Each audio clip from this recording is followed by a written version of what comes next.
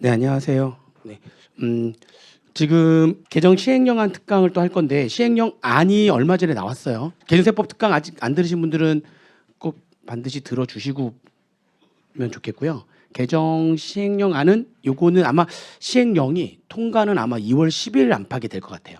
지금 나온 시점을 보면 2월 10일 안팎으로 통과가 될 것 같고 2월 23일에 보는 회계사 시험에서도 출제가 될 확률이 있습니다. 그리고 이번에 개정된 내용이 그렇게 막 예년에 비하면 많지는 않아요. 예년에 비하면은 많지는 않은데 그래도 뭐 소득세가 요즘 최근에 들어와서 좀 많이 개정이 좀 되고 있어서 그게 좀 문제인 것 같고 아무튼 계산 문제에 크게 영향을 미치는 내용은 별로 없어요. 계산 문제 크게 영향 미치는 건 거의 없기 때문에 크게 걱정 안 하셔도 될 것 같아요. 그게 이제 계산 문제는. 근데 그래도 이제 회계사 시험 같은 경우에는 이론형 문제, 말 문제 정리를 하셔야 되고 그다음에 세무사 시험 같은 경우에는 역시 1차 시험 말 문제, 2차 시험에서는 세법 학 쪽에 오히려 좀 관련이 있는 내용들이 좀 많지 않나 이런 생각이 좀 들긴 합니다. 그리고 지금 내용 여기 보면은 지금 현재 빠져 있는 게 국세징수법이랑 국조법은 빠져 있어요. 일단 회계사 시험은 국징법이나 국조법이 나오지 않기 때문에 걔네들은 지금 뺐고요. 그리고 뺀 국징법은 양이 얼마 안 돼. 법은 통과가 안 됐고 법은 이번에 개정된 내용이 없고 국세징수법은 시행령 안만 몇 군데만 3군데 정도만 이번에 개정이 돼서 국세징수법 특강할 때 그때 그냥 하면 될 것 같고요. 세무사 시험 1차 시험 대비해서. 그리고 국제조세 조조에 관한 법률은 너무나 개정된 내용이 많아가지고 여기서 할 수가 없어요. 근데 그거는 세무사 1차 시험을 대비하는 사람들을 위해서 그때 특강을 별도로 따로 할 거기 때문에 그때 가서 그때 내용을 하도록 하겠습니다. 그건 너무 많아서 여기 담을 수가 없어서 별도로 프린트는 따로 만들었어요. 따로 만들었는데 별도로 강의는 따로 하지 않을 겁니다. 국징법하고 국조법은 별도의 프린트를 따로 만들었으니까 그냥 보시면 되고요. 나중에 별도의 특강을 따로 할 거니까 개정 내용 반영해가지고 기타세법 특강 할 때 그때 가서 언급을 하도록 하겠습니다. 그래서 오늘은 개정된 시행령안 나온 거 거의 그대로 통과될 거거든요. 시행령안은 그거에 대해서 이제 소득세가 좀 양이 많기 때문에 소득세부터 해서 소득세, 법인세, 부가가치세, 국기법, 상증세 이렇게 상속세 및 증여세법은 법은 통과가 하나도 안 됐는데 시행령만 몇 개가 조금 통과. 수업 목적상 관계되는 거 몇 개 있어요. 그거 몇 개만 좀 집어넣고요. 그리고 자료로 지금 나눠드린 거 말고도 개정된 내용들이 꽤 많이 있는데 수업 목적상 좀 너무 이거는 실무적인 거지 너무 수업 목적상하고 좀 거리가 있다라고 하는 부분들은 과감히 좀 뺐습니다. 그렇게 좀 보시면 돼요. 그래서 여기 안에 있는 것들도 몇 개는 뺄 텐데 훨씬 더 양이 많았어요. 근데 그 중에 이제 과감하게 좀 수업 목적하고는 좀 관련이 없는 너무 실무적인 것들은 좀 뺐어요. 그렇게 보고 이제 내용 보도록 하겠습니다. 그리고 개정 세법 특강 안 보신 분들은 꼭 보셔야 돼요. 같이 나중에라도. 그러면 첫 번째입니다. 소득세 첫 번째인데 일단 거주자 판정 기준이 보완됐는데 다행인 거는 이게 두 가지 개정된 내용이 두 가지인데 여기 이거랑 개정된 내용이 두 가지예요. 얘랑 두 가지인데 여기 위에 있는 거주자의 정의는 올해부터 당장 시행되는 건 아니고 요거는 내년부터 얘는 26년도 1월 1일 이후부터 시작돼요. 그러니까 요거는 지금 당장은 볼 필요가 없는데 간단히 좀 설명하자면 원래 예전에 거주자의 정의 자체가 국내 주소를 두거나 국내에 183일 이상 거소를 둔 개인이라고 했는데 그 183일 이상 거소를 뒀다라고 하는 게 국내에 183일 이상 거소를 둔 개인은 이렇게 일과세 기간 중에 183일 이상 거소를 둔 개인이다 이렇게 돼 있는 거죠 현재. 근데 이게 몇 년 전에 바뀐 거였었어요. 예전에는 어떻게 돼 있었냐면은 예전에는 이렇게 쭉 있으면 이렇게 해가지고 여기 100일 여기 90일 이렇게 두 과세 기간에 걸쳐 가지고 183일 이상 이렇게 거소를 둔 경우에도 거주자였어요. 예전에 이렇게 있다가 이게 중간에 한번 바뀌었어요. 몇 년 전에 바뀌어 가지고 일 과세 기간 동안에 183일 이상이어야 된다. 거소를 둔 기간이 그렇게 바뀌었었는데 다시 또 옛날로 돌아가는 거예요. 일 과세 기간 중에 183일 이상 거소를 둔 개인뿐만이 아니라 그냥 계속해서 두 과세 기간 이상에 걸쳤더라도 계속해서 183일 이상 거소를 둔 경우도 거주자로 보겠다. 이렇게. 근데 이건 언제부터 이렇게 바뀐다고요? 이건 내년부터 바뀌는 거다. 근데 지금 법은 시행령을 미리 바꿔놨어요. 내년부터 시행한다. 아무튼 그러니까 올해까지는 계속 이렇게 알고 계시면 돼요. 내년부터 바뀔 거를 미리 지금 바꿔놨습니다. 그리고 여기 이제 밑에 여기 이제 요거는 뭐냐면 우리나라 거주자인데 일시적으로 지금 국에 나가 있는 거죠. 그러면은 아무리 출국해서 나가 있는 그 기간도 국내에 거수를 둔 기간으로 보겠다라고 하는 그 사유 있잖아요. 그 사유가 이렇게 출국 목적이 일시적인 관광이라든지 또는 질병 치료라든지, 그죠? 이런 것들로서 명백히 일시적인 경우다라고 이렇게 돼 있었는데 요거를 좀 더 구체적으로 바꾼 거예요. 좀 더 구체적으로 얘네들 말고도 관광이나 질병 치료 그리고 친지 방문 등 개인적인 사유 그리고 엔드 출장이나 연수 등 직업이나 사업 관련된 사유 그 밖에 이에 준하는 사유로 출국을 했다면 출국한 기간을 국내 거소를 둔 기간으로 계속 보겠다. 그러니까 자산 상태나 가족 관계 등을 비춰봤을 때 계속 국내에 거주할 것이라고 인정이 되는 자긴 한데 거주자인데 그거에 비춰봤을 때 출국 목적이 이렇게 명백하게 일시적인 경우라면 출국한 기간에도 국내에 거소를 둔 기간으로 본다. 기억나시죠? 그 문구 있는 거. 근데 그게 좀 더 구체적으로 이렇게 됐다는 겁니다. 이건 여 밑에 있는 거는 이번부터 바로 시행이 된다. 그래서 이렇게 요 내용들이 이번에 시행령의 내용으로 들어왔다. 자, 그다음에 요거는 이제 뭐냐면은 우리 저축성 보험 차익 있잖아요. 저축성 보험 차익 중에서 세 가지는 과세 제외. 그렇죠. 세 가지는 과세 제외. 그리고 세 가지 이외의 나머지는 이자 속으로 과세가 되죠. 저축성 보험 차익. 그 세 가지가 얘네들이죠.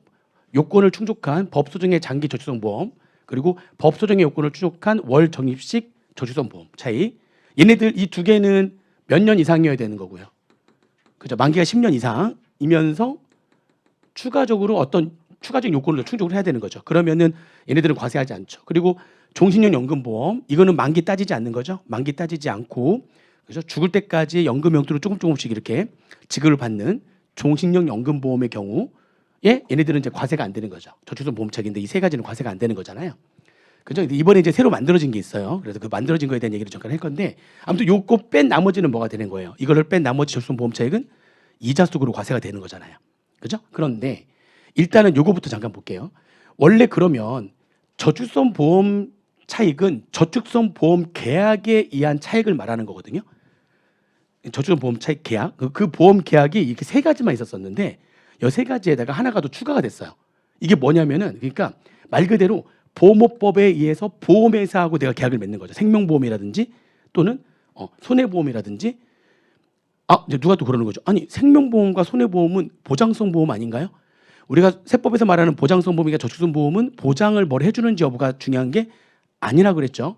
만기에 환급금이 없거나 환급금이 불입한 보험료를 초과하지 않으면 걔네들은 보장성 보험이고 어떤 보험이든지 간에 만기에 환급금이 있는데 불입한 보험료를 초과를 한다면 걔는 저축성 보험이다.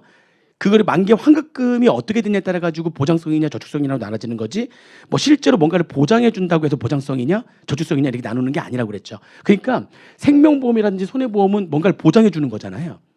뭔가를 보장을 해주지만 보장성 보험인지 아닌지는 보장 내용을 가지고 따지는 게 아니다. 이러한 보험이라 할지라도 만기에 환급금이 불입한 보험료를 초과한다면 무슨 보험이에요? 저축성 보험이 되는 겁니다. 아무튼 그런 보험 계약은 그런 보험업법에 따른 보험회사랑 맺은 보험 계약, 그죠? 그리고 이런 수산업 협동조합, 수협이라든지 농협이라든지 걔네들이 보험 상품을 만들어 가지고 이렇게 팔 수가 있어요. 또 우체국에서도 우체국 보험 있는 거 알고 계시죠? 그러니까 요게 보험회사, 우리가 알고 있는 보험업법에 따른 보험회사, 그리고 수협 같은 데에서 발행하는 하는 보험, 그리고 우체국 보험. 이런 보험만 보험이라고 봤었는데 4번은 뭐냐면 1번하고 3번과 유사한 생명 손해보험 계약, 즉 다시 말하면 보험회사가 아닌 데랑 보험 계약을 맺는 거예요. 보험회사가 아닌 데랑 보험 계약을 맺는 거예요. 그러니까 이게 말 그대로 유사 보험이에요. 유사 보험이지 보험회사랑 맺은 보험이 아닌 거예요. 그러니까 유사 보험회사, 보험업법에 따른 보험회사가 아닌 거예요. 보험업법에 따른 보험회사가 아닌 그런 회사하고 보험 계약을 그런 회사도 계약에 의해서 네가 나한테 매달 얼마씩 주면 내가 뭐도 보장해주고 그리고 만기가 지금 이게 15년짜리인데 15년 뒤에 내가 너한테 환급금 얼마 줄게. 사기죠. 근데 내가 당한 거지. 그러니까 보험회사가 아닌 사람하고도 내가 계약을 맺을 수가 있다는 거예요. 어떤 다른 관계에 의해서 그런 보험 계약도 보험 계약으로 보겠다는 거예요. 유사보험이죠. 유사보험. 보험회사가 아니에요. 그러니까 유사보험이에요. 유사보험. 여기 다시 돌아와 볼게요. 아까 우리가 이 세 가지는 과세하지 않는다고 그랬잖아요. 근데 유사보험인데 그게 만기 10년 이상의 플러스 알파 요건을 다 충족한 거야. 유사보험인데 보험회사가 아닌 자랑 보험계약을 맺어가지고 내가 그거 10년 뒤에 15년 뒤에 내가 불입한 보험료보다 얼마를 더 받기로 한 거예요. 뭔가도 보장도 막 해주고 그런 보험을 맺었어요. 걔네들은 아무리 이런 요건을 충족했다 할지라도 뭐가 안 된다는 거죠. 과세 제외해서 제외한다. 즉 과세한 무조건 그렇죠. 무조건 과세하는 겁니다. 여기 들어가면 과세 제외잖아요. 비과세. 쉽게 정확히 표현하면 비과세가 아니라 과세 제외인데 아무튼 뭐 비과세라고 한다면 이런 보험계약인데 이런 요건을 충족한 이 세 가지는 과세하지 않는 건데 아무리 이 세 가지의 요건을 충족한다 할지라도 세 가지에 해당한다 할지라도 그게 사에 따른 보험계약, 유사보험계약이라면 비과세에서 제외한다. 무조건 과세하는 거야. 아무리 요건을 다 충족했다 할지라도 걔네들은 무조건 과세. 그리고 역외 보험계약 이게 뭐냐면 우리나라 보험회사가 아닌 이제 우리나라 보험회사가 아닌 우리나라에서 보험업 허가를 받지 않은 외국 보험회사. 그러니까 외국 보험회사도 우리나라에서 보험업 허가를 받은 보험회사가 있어요. 프루덴셜 보험이라든지 이런 데는 우리나라에서 보험 허가를 받았어요. 근데 외국계 보험회사인데 우리나라에서 보험업 허가를 받지 않은 외국계 보험회사도 있어요. 외국계 보험회사도 굉장히 많겠죠. 그중에 우리나라에서 보험업 허가를 받는데 AIA라든지 뭐 프루덴셜이라든지 우리나라 보험회사 아니에요. 다 외국계 보험회사인데 우리나라에서 보험업 허가를 받았단 말이에요. 보험업 허가를 받았어요. 근데 보험업 허가를 받은 데는 이런 요건을 충족했을 때 비과세가 되지만 우리나라에서 보험업 허가를 받지 않은 외국 보험회사하고의 보험계약, 걔를 뭐라고 표현하고 있다고요 지금? 역의 보험계약은 아무리 이런 요건을 다 충족했다 할지라도 비과세에서 제외한다는 겁니다. 무슨 말인지 이해되시죠? 그러니까 이 세 가지는 비과세인 거 알고 계시죠 지금? 이 세 가지 요건을 세 가지 보험 각각 요건이 있죠. 비과세인데 그게 아무리 세 가지에 해당되는 요건들을 각각 충족했다 할지라도 걔네들이 역의 보험이거나 아니면 유사보험이거나 걔네들은 비과세에서 제외한다. 무조건 과세한다. 아시겠죠? 그게 이번에 좀 더 구체적으로 들어온 거예요. 자, 그 다음에 요게 좀 특이한데 환매 조건부 증권에 대한 매매 거래에 따른 보상액의 소득 구분을 명확하게 했다. 요거를 그림으로 잠깐 좀 정리를 하자면 일단 환매 조건부 채권 증권의 환매 조건부 이 말이 이제 생략하죠. 우리가 일반적으로 채권 증권에 대한 매매 차익에 대해서 자 여기 갑이라고 하는 자가 있는데 갑이라고 하는 자가 을한테 얘가 가지고 있는 주식이라든지 아니면 얘가 회사채를 새롭게 발행한다든지 아무튼 얘가 얘한테 주식이나 채권을 매각을 하는 거예요. 얘는 매도인, 얘는 매수인. 그래서 얘가 지금 얘한테 채권은 지분증권일 수도 있고 채무증권일 수도 있죠. 얘가 얘한테 지금 발행하거나 아니면 지금 갖고 있는 다른 회사가 발행한 주식 채권을 매각을 했어요. 매도. 10,000원에 매도하고 나중에 일정 기간 뒤에 환매수하기로 한 거죠. 얘는 환매수하고 얘는 환매도 하는 거죠. 일정 기간 뒤에 12,000원에 환매수하기로 했어요. 자, 그렇게 되면 2,000원만큼의 매매 차익은 누구한테 발생하는 거예요? 얘가 아니라 누가 2,000원 돈을 버는 거죠? 그죠? 얘가 10,000원에 샀다가 지금 12,000원 받고 파는 거니까 얘 입장에서는 얘는 10,000원 팔았다가 나중에 12,000원에 사주는 거니까 그죠? 2,000원만큼의 이익은 얘한테 발생하는 거예요. 지금 을한테. 그래서 얘를 우리가 지금 뭐냐면 이제 환매 조건부 매매 차익. 이 매매 차익이 2,000원이 이렇게 발생을 한 거죠. 그럼 2,000원의 매매 차익은 을한테 발생하는 건데 이 을한테 발생하는 2,000원의 이 매매 차익은 을의 무슨 소득일 거냐에 대한 얘기죠. 그죠? 우리가 그동안 수업 시간에 배웠던 거는 갑이 누구냐. 우리 교재에도 돼 있어요.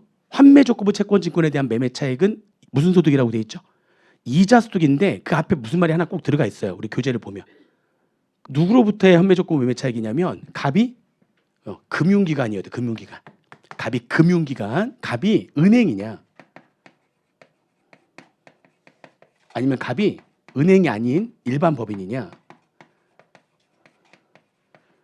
그러니까 갑이 은행이냐 은행이 아니냐 이렇게 얘가 은행이잖아요. 그러면 얘가 얻는 환매 조건부 채권증권에 대한 매매 차익은 얘는 이 매매 차익은 이제 일반적인 뭐가 되는 거냐면 이자 소득. 이걸 우리가 뭐라고 하냐면 이걸 환매 조건부 매매 차익이라고 하는 거죠. 환매 조건부 매매 차익이라고 해서 얘는 이자 소득이 되는 거고, 그죠? 그렇죠? 그러면 이자 속이 되면 2,000원만큼에 대해서 원천인수를 해야 될 거 아니에요. 원천인수는 몇 퍼센트 하는 거고요. 그래서 14% 원천인수 하는, 그리고 당연히 조건부고요. 조건부 종합과세가 되는 14% 원천인수가 되는 이자 속이 되는 겁니다. 근데 얘가 금융기관이 아니면, 갑이 금융기관이 아니면 어떻게 할 거냐? 이거는 금융기관이 아닌 경우에도 실제로 실무에서는 이런 일들이 굉장히 많이 있어요. 이런 일이 많이 있는데, 얘가 금융기관이 아닌 경우에는 얘가 왜 이런 짓을 하는 거냐? 그리고 이렇게 보면 돼요. 얘가 지금 돈이 필요한 거야. 돈이 필요한데 지금 A 회사가 발행한 채권증권을 얘가 갖고 있는 거죠. 돈이 필요한데 부동산은 없고. 그러니까 이거를 얘가 얘한테 담보로 맡기고 돈을 빌리고 싶은 거예요. 얘를 담보로 맡기고 돈을 빌려주고 싶은 건데, 근데 그때 담보를 양도담보 형식으로, 그러니까 얘한테 파는 거죠. 10,000원에 팔고 나중에 6개월 뒤에 내가 20% 얹혀가지고 12,000원에 되사줄게. 사전 약정 이유를 정해서. 똑같아요. 그러면 얘는 매매 차익이 얼마 발생하는 거죠? 2,000원의 매매 차익이 발생하는 거죠. 10,000원에 이걸 사주고 이때 12,000원을 이걸 다시 돌려주면서 12,000원 받는 거니까 2,000원만큼 매매 차익이 발생하는데, 이거는 이게 만약 갑이 금융기관이 아니면 얘는 채권이나 증권을 담보로 맡긴 거예요. 그리고 돈을 빌리고 나중에 10,000원과 이자 2,000원을 얘한테 더 주는 거죠. 그러면 얘 입장에서의 매매 차익 2,000원은 뭐가 되냐면 이거는 비영업대금 이익이 되는 거예요. 비영업대금 이익이. 주식을 담보로 해가지고 돈을 빌려준 거고 나중에 원금과 이자 2,000원을 회수하는 거니까 이건 얘한테 비영업대금 이익이 되는 건데, 실제 실무에서는 이런 일이 굉장히 많이 있는데, 근데 요거에 대해서는 우리가 그동안 다루지 않았죠. 시험 문제에서는 여기 위만 나왔어요. 갑이 누구인 경우로만. 갑이 금융기관인 경우로만. 그래서 그냥 문제에서는 환배조건부 채권의 매매 차익, 그러면 그냥 얘를 의미하는 걸로. 당연히 얘가 누군 걸로 해요. 당연히 금융기관인 걸로. 그래서 환매조건부 채권에 대한 매매 차익은 이자 소득인데 몇 퍼센트 원천인수하는, 14%를 원천징수를 하는 이자 소득으로 이렇게 생각을 했단 말이죠. 근데 실제 실무에서는 이런 것들도 되게 많단 말이에요. 얘가 누가 아닌, 얘가 금융기관이 아닌. 그러면은 얘의 매매 차익은 소득이긴 소득인데 무슨 소득이 된다고요? 그죠? 돈을 빌려주고 나중에 원금하고 이자를 받는. 그러니까 이거는 얘를 담보로 한 거고. 그러다 보니까 이건 비영업대금이. 비영업대금은 또 무슨 소득이긴 한데요. 이자 소득이긴 한데 원천인수 세율이 다르죠, 그죠? 얘는 그렇죠. 2,000원에 대해서 25% 원천인수 해야 되는 거죠. 요거에 대한 얘기인 거예요, 지금. 자, 그러면 이제 얘가 금융기관이 아닌 거예요. 얘가 금융기관이 아닌 상태에서 A사가 발행한 주식이나 회사채를 팔고 나중에 일정 기한 뒤에 사전 약정 이율 더해가지고 다시 되사주기로 한 거죠. 근데 그러면은 얘한테는 당연히 그게 비영업대금 이익이 되는 거고, 문제는 뭐냐면 그러면 얘한테 간 그 채권 증권 있잖아요. 그걸 얘가 어떻게 할 거냐 되는지. 얘가 그럼 6개월 동안 이걸 가만히 갖고 있느냐? 그렇지 않아요. 6개월 동안 가만히 갖고 있는 게 아니라 얘는 왜 부동산을 담보로 받지 않고 얘네들 담보로 받았느냐? 다 생각이 있어서 그런 거죠. 얘는 이거를 받으면 이걸 가지고 어떻게 할 거냐면 이거를 시장에다가 받자마자 6개월 뒤에 갚기로 했으니까 지금 당장 시장 가격은 얼마예요? 지금 시장 가격 10,000원에 팔아요. 시장에다가 매각을 하죠. 그럼 누군가가 이제 그 주식을 갖게 되는 거죠. 주식이라든지 회사채를. 이렇게. 그리고 6개월 뒤에 얘는 이 A사가 발행한 채권증권의 가치가 떨어질 거라고 생각하는 거니까 이거를 얘가 받은 거예요. 지금 담보로. 떨어질 거라고 생각하는 거니까. 예상하고 다르게 가치가 올라갈 수도 있죠. 가치가 올라가더라도 얼마 이상으로 올라가지만 않으면, 12,000원으로 이상으로 올라가지만 않으면, 예를 들면 11,500원이 됐어. 6개월 뒤에. 그럼 11,500원에 사와서 얘한테 그걸 11,000원 받고 팔면 되니까. 그래도 얼마는 이익이 남는 거니까. 그렇죠. 500원. 물론 예상보다 적게 이익이 나지만 아무튼 팔고서 12,000원 이상으로만 올라가지 않으면 손해는 안 나는 거예요. 그리고 만약에 떨어지게 되면 2,000원은 2,000원대로 이익을 얻고 추가로 얘가 떨어지게 되면 지금 10,000원에 팔았다가 예를 들면 6,000원을 사가지고 얘한테 넘겨주면 그러면은 또 얼마만큼의 이익이 더 생기는, 10,000원에 지금 팔았다 6,000원 들어오니까 4,000원의 이익이 더 생기는 거죠. 4,000원의 이익이 더 생기는 거죠. 근데 걔는 또 과세가 또 돼야 안 돼요. 얘는 또 과세가 돼야 안 돼요. 얘는 얘 입장에서 뭐가 되니까 일반적인 채권증권의 매매 차익. 채권증권의 매매 차익은 시장의 활성화차원에서 과세가 된다고요, 안 된다고요? 안 되는 거야. 그러니까 얘가 여기다 파는 거는 과세도 안 되는 거야.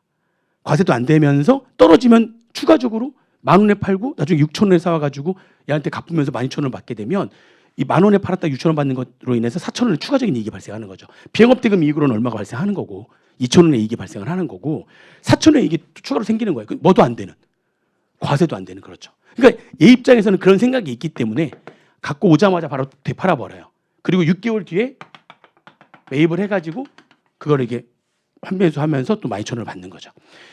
얘는 다 이 생각이 있는 거예요. 자, 그런데 문제는 뭐냐면 되팔았는데 문제는 A사가 그러면 6개월 동안 A사가 얘가 지금 예를 들면 이게 주식이에요. A사 주식. 그럼 그 6개월 동안에 배당금이 발생을 했어. 그러면 6개월 동안 배당은 누군가가 주식을 갖고 있으니까 얘가 얘한테 실제로 뭐를 주죠? 이렇게 해서 배당을 주죠. 그럼 그런 이 병의 배당속이 되는 거고 얘는 그냥 일반적인 배당인 거고 문제는 뭐냐면 문제는 지금 이 두 번째 케이스잖아요. 두 번째 케이스에서는 이게 주식을 팔았지만 실질은 뭐라고요? 이게 담보라고요. 6개월 동안 얘한테 주식을 담보로 맡긴 거예요. 자, 담보면 실질적인 소유자는 누굽니까? 여전히 갑이죠. 그렇죠. 실질 소유자는 여전히 갑이기 때문에 6개월 동안에 그 A 회사에서 발생하는 배당에 상당하는 금액, 진짜 배당은 얘가 받을 거고 그 배당에 상당하는 금액을 얘한테서 받아야 되는 거예요. 왜냐하면 실질은 뭐니까 이게 두 번째 케이스에서는 실질이 담보기 때문에 6개월 동안에 그 A사 주식에서 발생한 배당 상당액을 얘한테서 이렇게 받게 돼 있단 말이에요. 이거는 배당이 아니라 배당 상당액을 받는 거죠. 실제 배당은 얘가 주는 거고 얘는 누구한테 배당을 줄 거고 실제 그 주식을 가지고 있는 누군가한테 줄 거니까 그건 배당이고 배당 상당액을 받는데 이걸 어떻게 할 거냐? 이거를 유사 배당 소득에 포함시키겠다. 유사 배당 소득을 해서 배당 소득을 하겠다는 거죠. 만약에 얘 A사가 발행한 회사채였어요.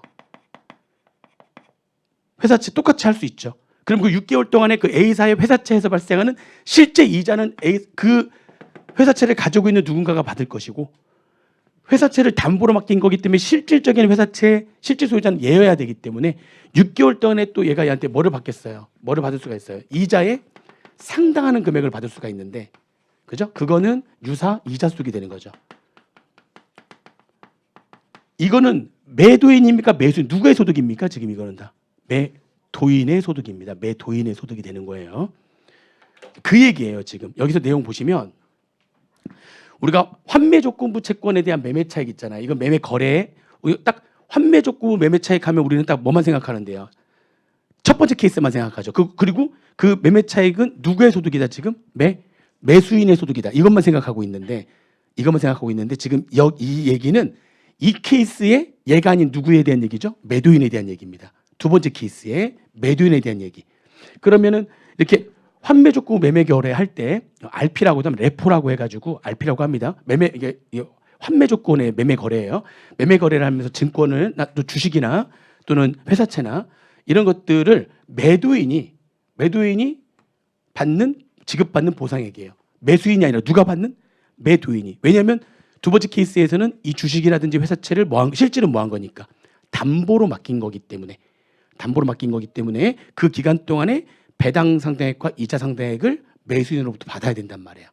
그래서 그 받을 때 매수인이 지급받은 이자 배당과 동일한 금액을 매도인한테 지급을 해야 되는데 매수인이 그런 이자나 배당 상당액을 매도인한테 지급을 해야 된다. 그래서 채권 환매조건부 거래의 보상액은 무슨 소득으로 하는 거고 이자 소득으로 하는 거고 만약 환매했던 그게 주식이었다면 그러면은 보유기간 동안에 발생한 배당 상당액을 받을 거니까 걔는 무슨 소득으로 하는 거고 배당 소득을 하는 거고 좀 더 정확하게 얘기한다면 이 이자 소득이 어디로 구분되어 있다고요? 유사이자 소득으로 구분이 되어 있는 거고 배당 소득도 어디에 구분이 되어 있는 거예요? 유사 배당 소득으로 구분이 되어 있는 겁니다.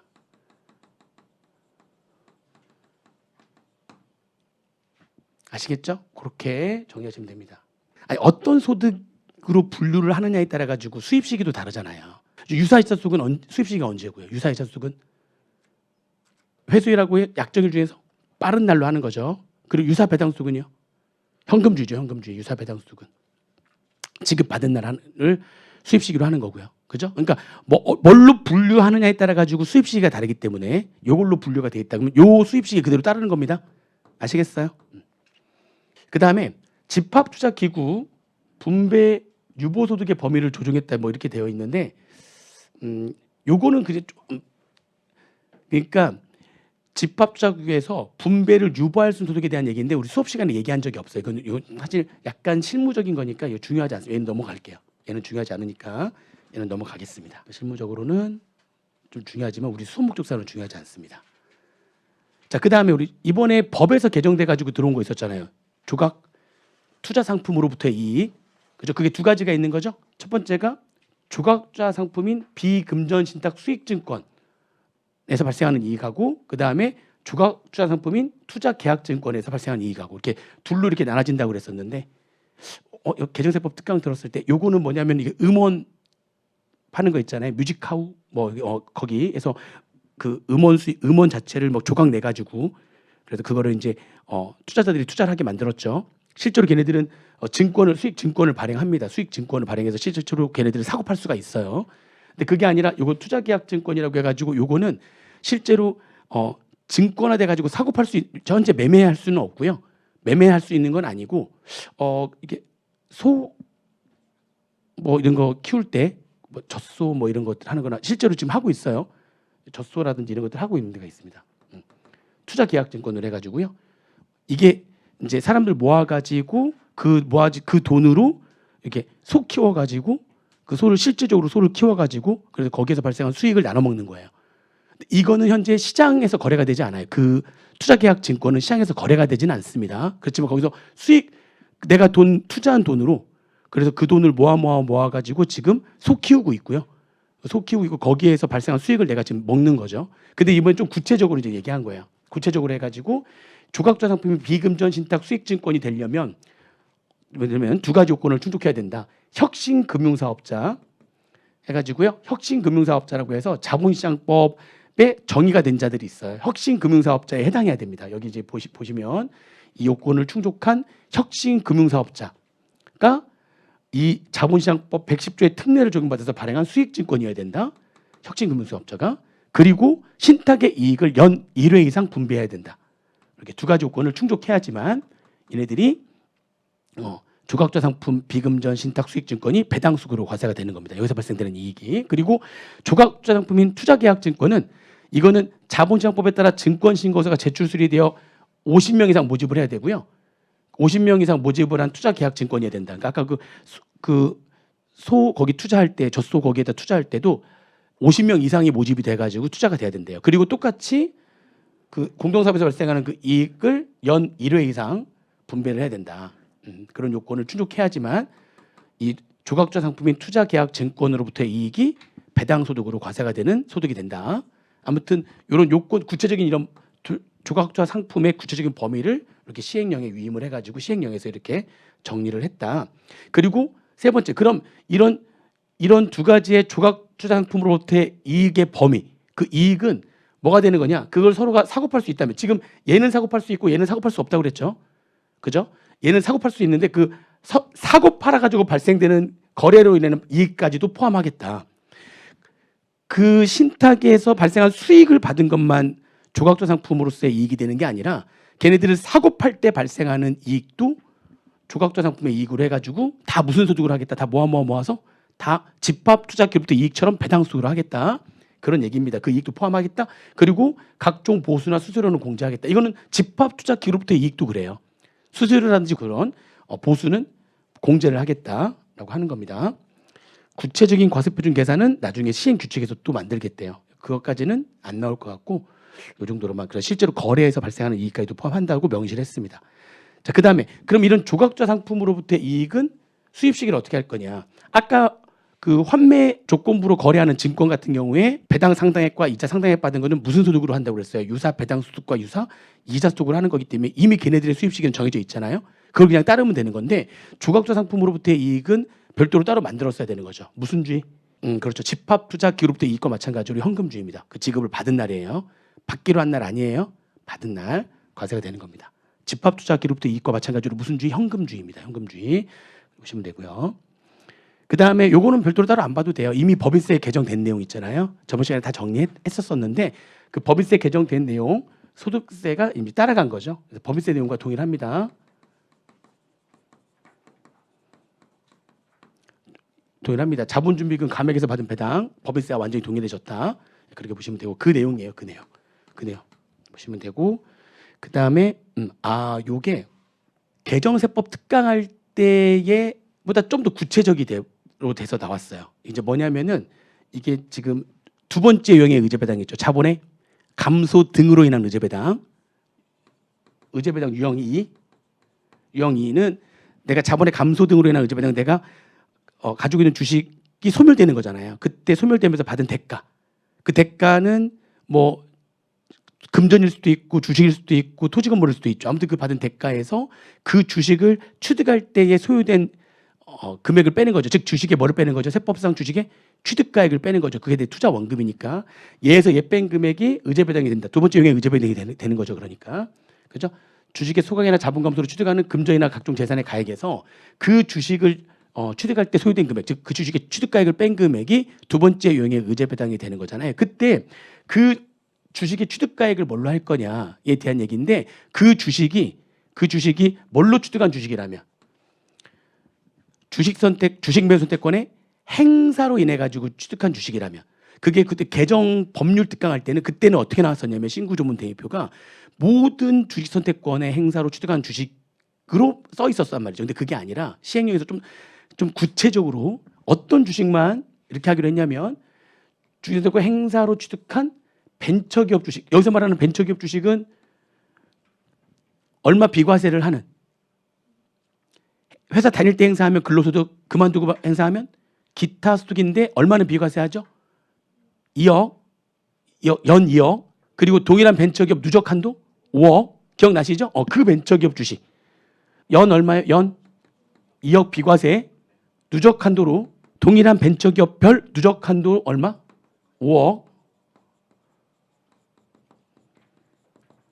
비과세가 되는 그 벤처기업 주식 있죠? 그 벤처기업 주식의 경우에만이라고 명시를 했어요. 이것만 어떤 금액으로 하겠다고요? 행사 당시에 시가로 하겠다. 행사 당시에 시가 지금 우리가 행사할 때 당시 시가가 5만 원인데 행사 가격이 만 원이면 아무튼 얼마에 취득하는 건데요? 만 원에 취득하는 거잖아요. 근데 만 원이 아니라 내가 실제로 취득한 금액은 만 원인데 그게 아니라 얼마로 하겠다? 5만 원으로 지금 하겠다 이런 얘기죠. 그렇죠? 어떤 주식만 그렇게 하겠다고요? 그렇죠. 이게 연 2억 누적한도 5억 비과세되는 벤처기업 주식을 주식선권의 행사로 취득했을 때만 그때만 행사 당시 시가로 하겠다. 나머지도 주식 매수 선택권의 행사로 벤처기업이 아닌 회사에 다니면서도 주식 매수 선택권을 내가 부여받을 수 있잖아요. 응? 근데 걔네들은 그렇게 안 돼 있어요. 그냥 걔네들은 실제 취득한 금액으로 하는 거예요. 별도의 언급이 없으니까.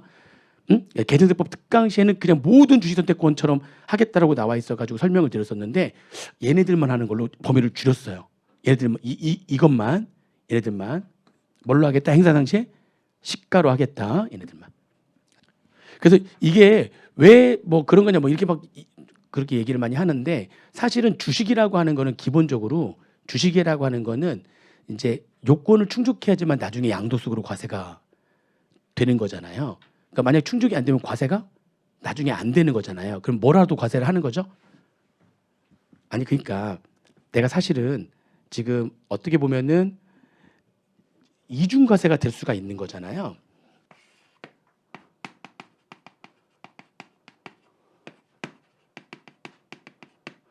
행사를 하는데 이때 시가가 5만 원짜리인데 이때 행사 가격이 내가 실제로 취득한 금액이죠. 만 원이었어요. 그럼 이때 이게 뭘로 과세가 되는 거예요? 지금 이게 벤처기업 주식이 아니라면 근로소득 아니면 기타 근로 아니면 기타 소득으로 과세가 될 거 아니에요. 얼마가 3만 원이 과세가 될 거 아니에요. 이렇게. 근데 이 주식을 내가 나중에 이게 주식이 소각된 거죠. 소각되면서 내가 이때 대가로 예를 들면은 6만 5천 원을 받은 거예요. 그럼 의제배당으로 할 때 여기다가 이제 뭘 빼는데요? 지금 세법상 주식에 취득가액을 빼야 되는데 내가 얼마에 취득을 했는데요? 지금 만 원에 취득했잖아요. 그러면 이때 의제배당은 얼마가 지금 의제배당이 되는 겁니까? 5만 5천 원이 의제배당이 되는 거잖아요. 그러다 보니까 말이 나오는 게 아니 지금 이 차이는 이미 과세가 됐는데 만 원과 5만 원 사이는 이미 과세가 됐는데 이거를 또 의제배당으로 해버리면 의제배당으로 또 과세를 또 해버리면 이 안에 얼마가 이미 과세가 된 건데 이미 안에 4만 원이 이미 과세가 된 건데 그 4만 원까지 포함해 가지고 5만 5천 원 또 과세하겠다는 거니까 사실 무슨 과세가 되는 거예요, 사실 이게. 이중 과세가 되는 거죠, 사실은. 사실은 이중 과세가 되는 겁니다. 그래서 저번에 계정세법 특강할 때에는 그때는 신고 주문 대입표에 저렇게 안 남아 있고요. 그냥 주식 선택권의 행사로 취득하는 주식은 그러면은 취득가액은 실제 만 원이지만 근데 이게 만 원이 아니라 여기에 뭘 집어넣겠다는 거죠? 행사 당시에 시가인 얼마를 집어넣어서 만 원이 아니라 5만 원을 집어넣어서 그렇게 되면은 얼마만 과세하는 거니까 의제 배당으로. 그렇죠. 15,000원만 과세하는 거니까. 즉 4만 원만큼은 무슨 과세가 되는 거니까. 이중 과세를 피하겠다. 그렇게 처음에 신구조금 대표가 나왔었어요. 계정세법 특강 그때만 하더라도. 근데 이번에 시행령 나온 걸 보니까 모든 주식이 아니라 무슨 주식만 이렇게 하겠다는 거예요. 지금 이렇게 하겠다는 건 무슨 주식만 이렇게 하겠다는 거예요. 그렇죠. 지금 이거에 대해서 뭐를 하는 4만 원에 대해서 비과세가 적용되는 그렇죠. 얼마까지는 이게 지금 금액이 2억까지는 비과세가 되는 거잖아요. 이거에 대해서 비과세가 적용되는 무슨 기업 주식 매수 선택권만 벤처기업이 발행한 주식 매수 선택권만 이렇게 하겠다는 거예요.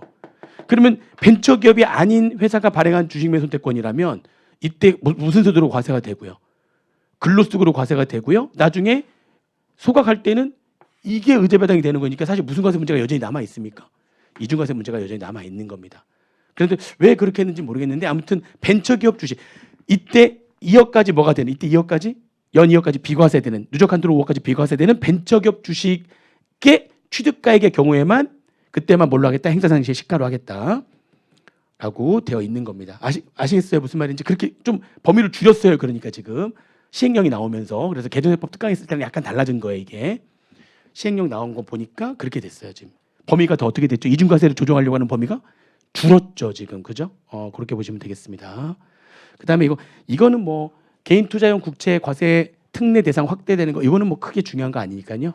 바로 10년 만기 10년 이상 보유 또는 20년 최소 10년 20년인데 이제 5년 이상만 보유해도 이제 개인 투자용 국채 과세 특례 적용하는 거 하겠다 이거를 내가 뭐 중요하지 않습니다. 자 이거는 올해부터 되는 건 아니라서 뭐 잠깐만 얘기하면은 지금 우리 주택에 대한 간주임대료는 두 가지 조건을 모두 충족해야 되는 거죠. 주택을 3채 이상 보유하고 있어야 되고 그때 받은 보증금의 합계가 3억을 초과해야지만 그래야지만 주택에 대한 간주임대료 계산하는 거 알고 계시죠? 근데 이게 이건 작년에 개정된 거예요. 사실 어떻게 했냐면 이제 내가 주택을 3개가 아니라 2개를 갖고 있는데 이 2개가 다 뭐냐면 고가주택인 거야.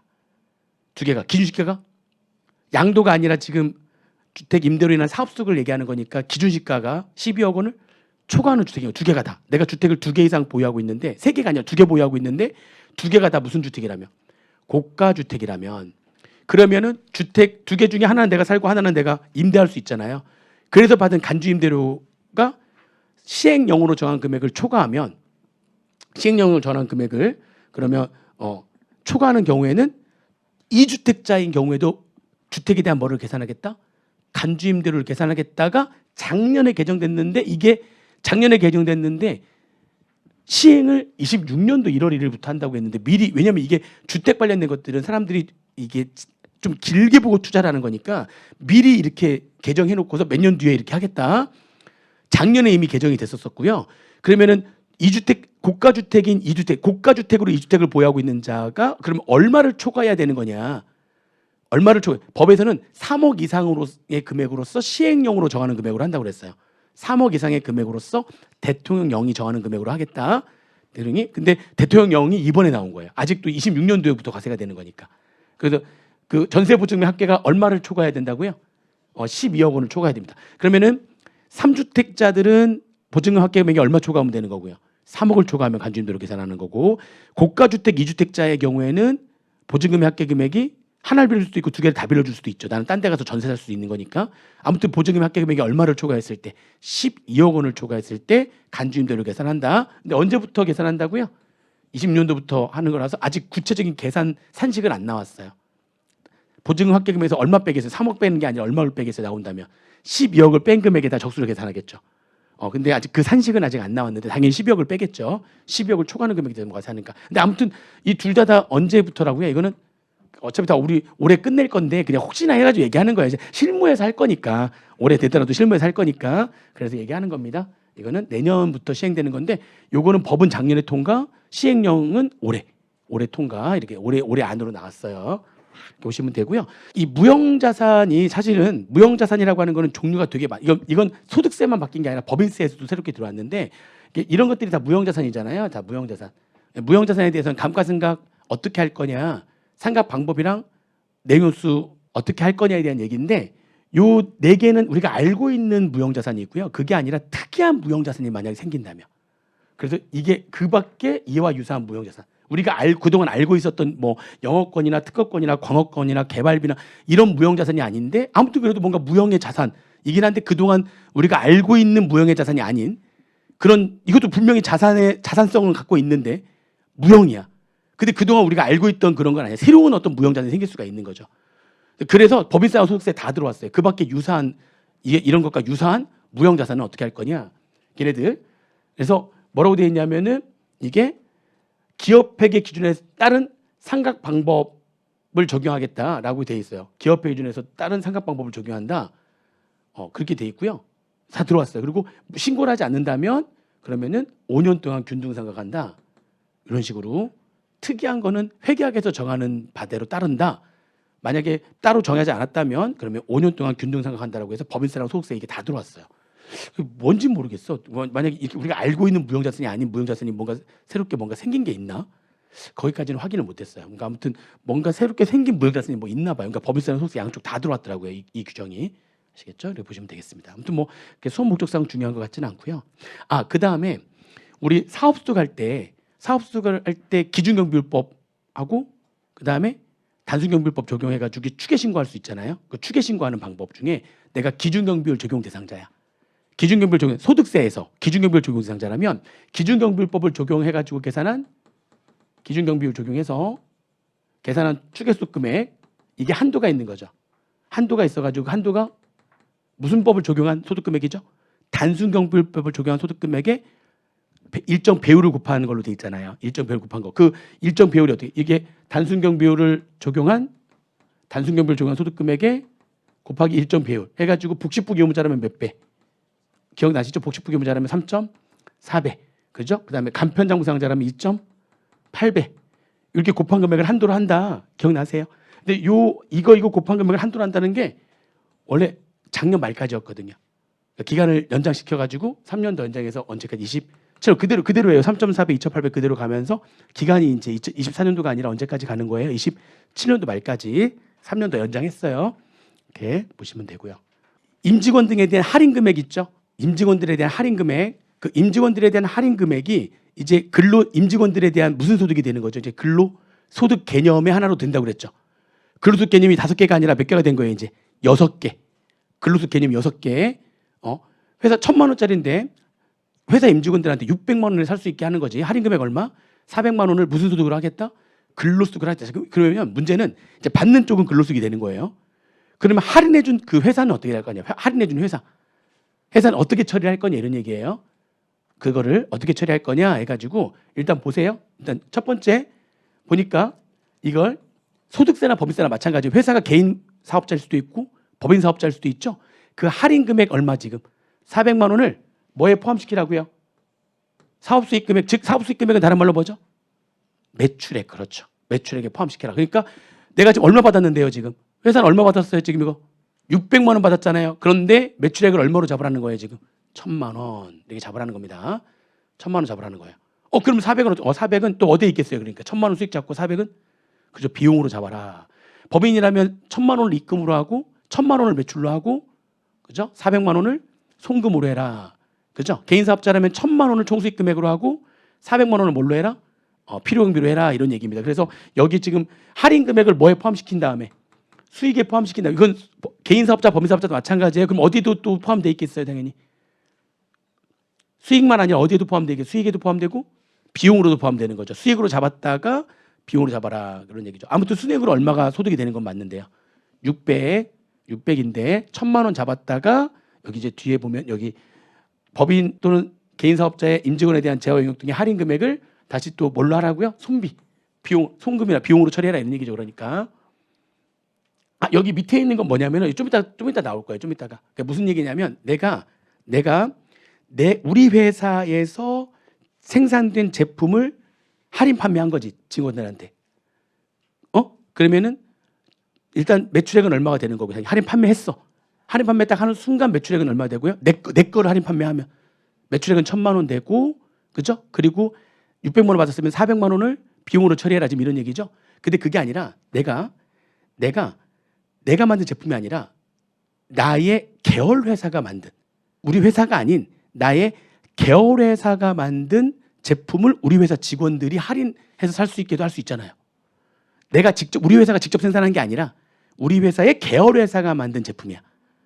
그럴 수 있죠. 그러니까 나는 예를 들면 나는 지금 삼성생명 다니는데 삼성전자에서 만든 TV를 할인해가지고 취득할 수 있다는 거지. 이해되세요? 그러면 그거는 잘 보세요. 삼성생명 입장에서는 내가 지금 TV 1,000만 원짜리인데 600만 원 살 수 있게 한 거야. 그러면은 1,000만 원이 나의 매출이 아닌 거지, 이제 이거는. 그럼 그건 어떻게 되는 거냐면, 이거는 저기에서 얘가 얼마에 살 수 있는 거죠? 이게 600만 원 사는 거고요. 내가 그 할인된 금액을 계열회사한테 주는 거야. 내가 얘한테 주는 거야. 내가 얼마를 주는 거죠, 지금? 400만 원을 그냥 주는 거야. 아니, 마찬가지로 1,000만 원짜리인데 내가 600만 원 받으나? 아니면 그냥 퉁쳐서 내가 순액으로 얼마를 주나, 그냥. 내가 안 사는데 내가 얼마를 얘한테 주나? 400을 주나? 계열회사의 제품이었다면 내가 판매하는 게 아니잖아요. 계열회사가 판매해 주는 거잖아. 우리 회사 직원한테 계열회사가 지금 1,000만 원짜리를 600만 원 사겠으니까 계열회사 얼마 받는 거야, 얘한테서 지금? 600 받았잖아. 내가 얼마를 얘한테 준다, 계열회사한테 지금? 400을 준다고요, 이렇게. 그러면 나의 매출액이 아닌 거지. 당연히 얘의 매출액은 얼마가 되는 거죠. 그러니까 1,000만 원 되는 거고요. 그리고 그거에 대해서는 얘가 비용이 아니라 누가 비용이 되는 거죠, 이제? 나한테서 400만 원의 비용이 되는 거죠. 법인이 계열회사에다 지급하는 할인 금액 상대, 뭔 얘기인지 이해되세요, 지금? 내 제품이 아니라 누가 만든 제품을 우리 회사 직원이 할인해서 사는 거예요, 그러니까. 그것도 종업원들 할인 금액에 들어가요. 좀 이따 이제 근로소 쪽에 나오는데, 그것도 얘한테는 무슨 소득이 되는 거죠? 종업원들은 600만 원만 주고 1,000만 원짜리 TV를 샀잖아. 그 400만 원은 우리 회사의 제품이 아닌 우리 회사의 계열사의 제품도 할인해가지고 사는 것도 얘한테는 무슨 소득이 되는 거죠? 근로자한테는 근로소득이 되는 거고요. 그때는 이제 내 매출액이 아니라 나는 그냥 400만 원을 계열사한테 주는 거죠. 그냥 내가 계열사한테 지급하는 할인 금액. 이거는 계열회사의 제품을 우리 회사 직원들이 할인돼가지고 산 거죠. 그럼 내가 지급하는 그 금액도 나한테 손비인데, 정확히 표현하면 손비 중에서도 어떤 손비로 할 거냐? 인건비, 당연히 인건비죠. 왜냐면 받는 자의 무슨 소득이니까? 근로소득이니까. 이자의 근로소득이니까 나는 뭐가 되는 거죠? 인건비가 되는 거예요. 그렇게 보시면 됩니다. 그런 얘기들이 여기 이제 들어가 있어요. 여기에 위아래에 들어가 있다. 이거는 내가 법인일 수도 있고 내가 개인 사업자일 수도 있고 다 되는 겁니다. 그다음에 이건 뭐 이렇게 썩 중요한 건 아니긴 한데 그래서 한번 볼게요. 국외 근로소득 있잖아요. 국외 근로소득. 국외 근로소득은 사실 우리가 두 가지가 있는데 하나는 잘 안 보는 거예요. 하나는 우리가 알고 있는 거죠. 국외 근로소득 월 얼마? 월 100 비과세하고 좀 어려운데 힘든 데는 월 500 비과세하는 데 있잖아요. 그것만 우리는 공부를 하죠. 그 힘든 데 세 가지를 원양어선, 국외를 항해하는 선박, 해외, 건설 현장에서 일하면서 받는 거, 요 세 가지는 월 500. 그 이외에 나머지 국외 근로는 월 100. 근데 그거는 일반적인 회사를 말하는 거고요. 그러면 공무원 또는 제외 공간 행정직원, 제외 한국문화원, 문화홍보관 행정직원, 얘네들이 국외에서 지금 근무하고 있잖아요. 얘네들한테 주는 거는 100만 원, 500만 원이 아니고요. 외교부 장관하고 기재부 장관이 합의해서 결정한 금액이 비과세가 돼요. 그 합의해서 결정한 금액이 제외 근무 수당의 75%는 현재는 합의가 돼 있는데, 아무튼 이거는 이제 걔네들이 합의한 거고, 법 문구상으로는 누가 합의해서 결정한 금액이라고요? 외교부 장관하고 기재부 장관이 합의해서 고시하는 금액까지 비과세를 한다. 그렇게만 돼 있어요. 100, 500이 아니라. 근데 거기에 얘네들하고 누구냐면 여기까지 이렇게 있었거든요. 한국무역투자진흥공단, 니은이 빠졌네요. 공단, 한국국제협력단, 한국관광공사, 한국국제보건의료재단, 산업인력공단. 외국에 나가 있는 여기서 일하는 사람들한테도 누가 합의해서 고시하는, 그렇죠. 외교부 장관하고 기재부 장관이 합의해서 결정해가지고 고시하는 금액이 비과세 되는데, 거기에 요거 하나 더 추가가 됐다는 거예요. 거기 하나 더 추가가 됐다. 그렇게 보시면 되고요. 자, 그 다음에 기업 출산지원금 비과세 제외 특수한 계좌에 대한 범위에 대한 얘기인데, 요게 지금 출산지원금 출산해가지고 출산한 날로부터 2년 이내에 몇 회? 2회까지 금액 얼마 주든지 간에 전액 비과세 이렇게 얘기했었잖아요. 기억나시죠? 근데 그 직원이 내가 개인 사업자인데 내 조카야.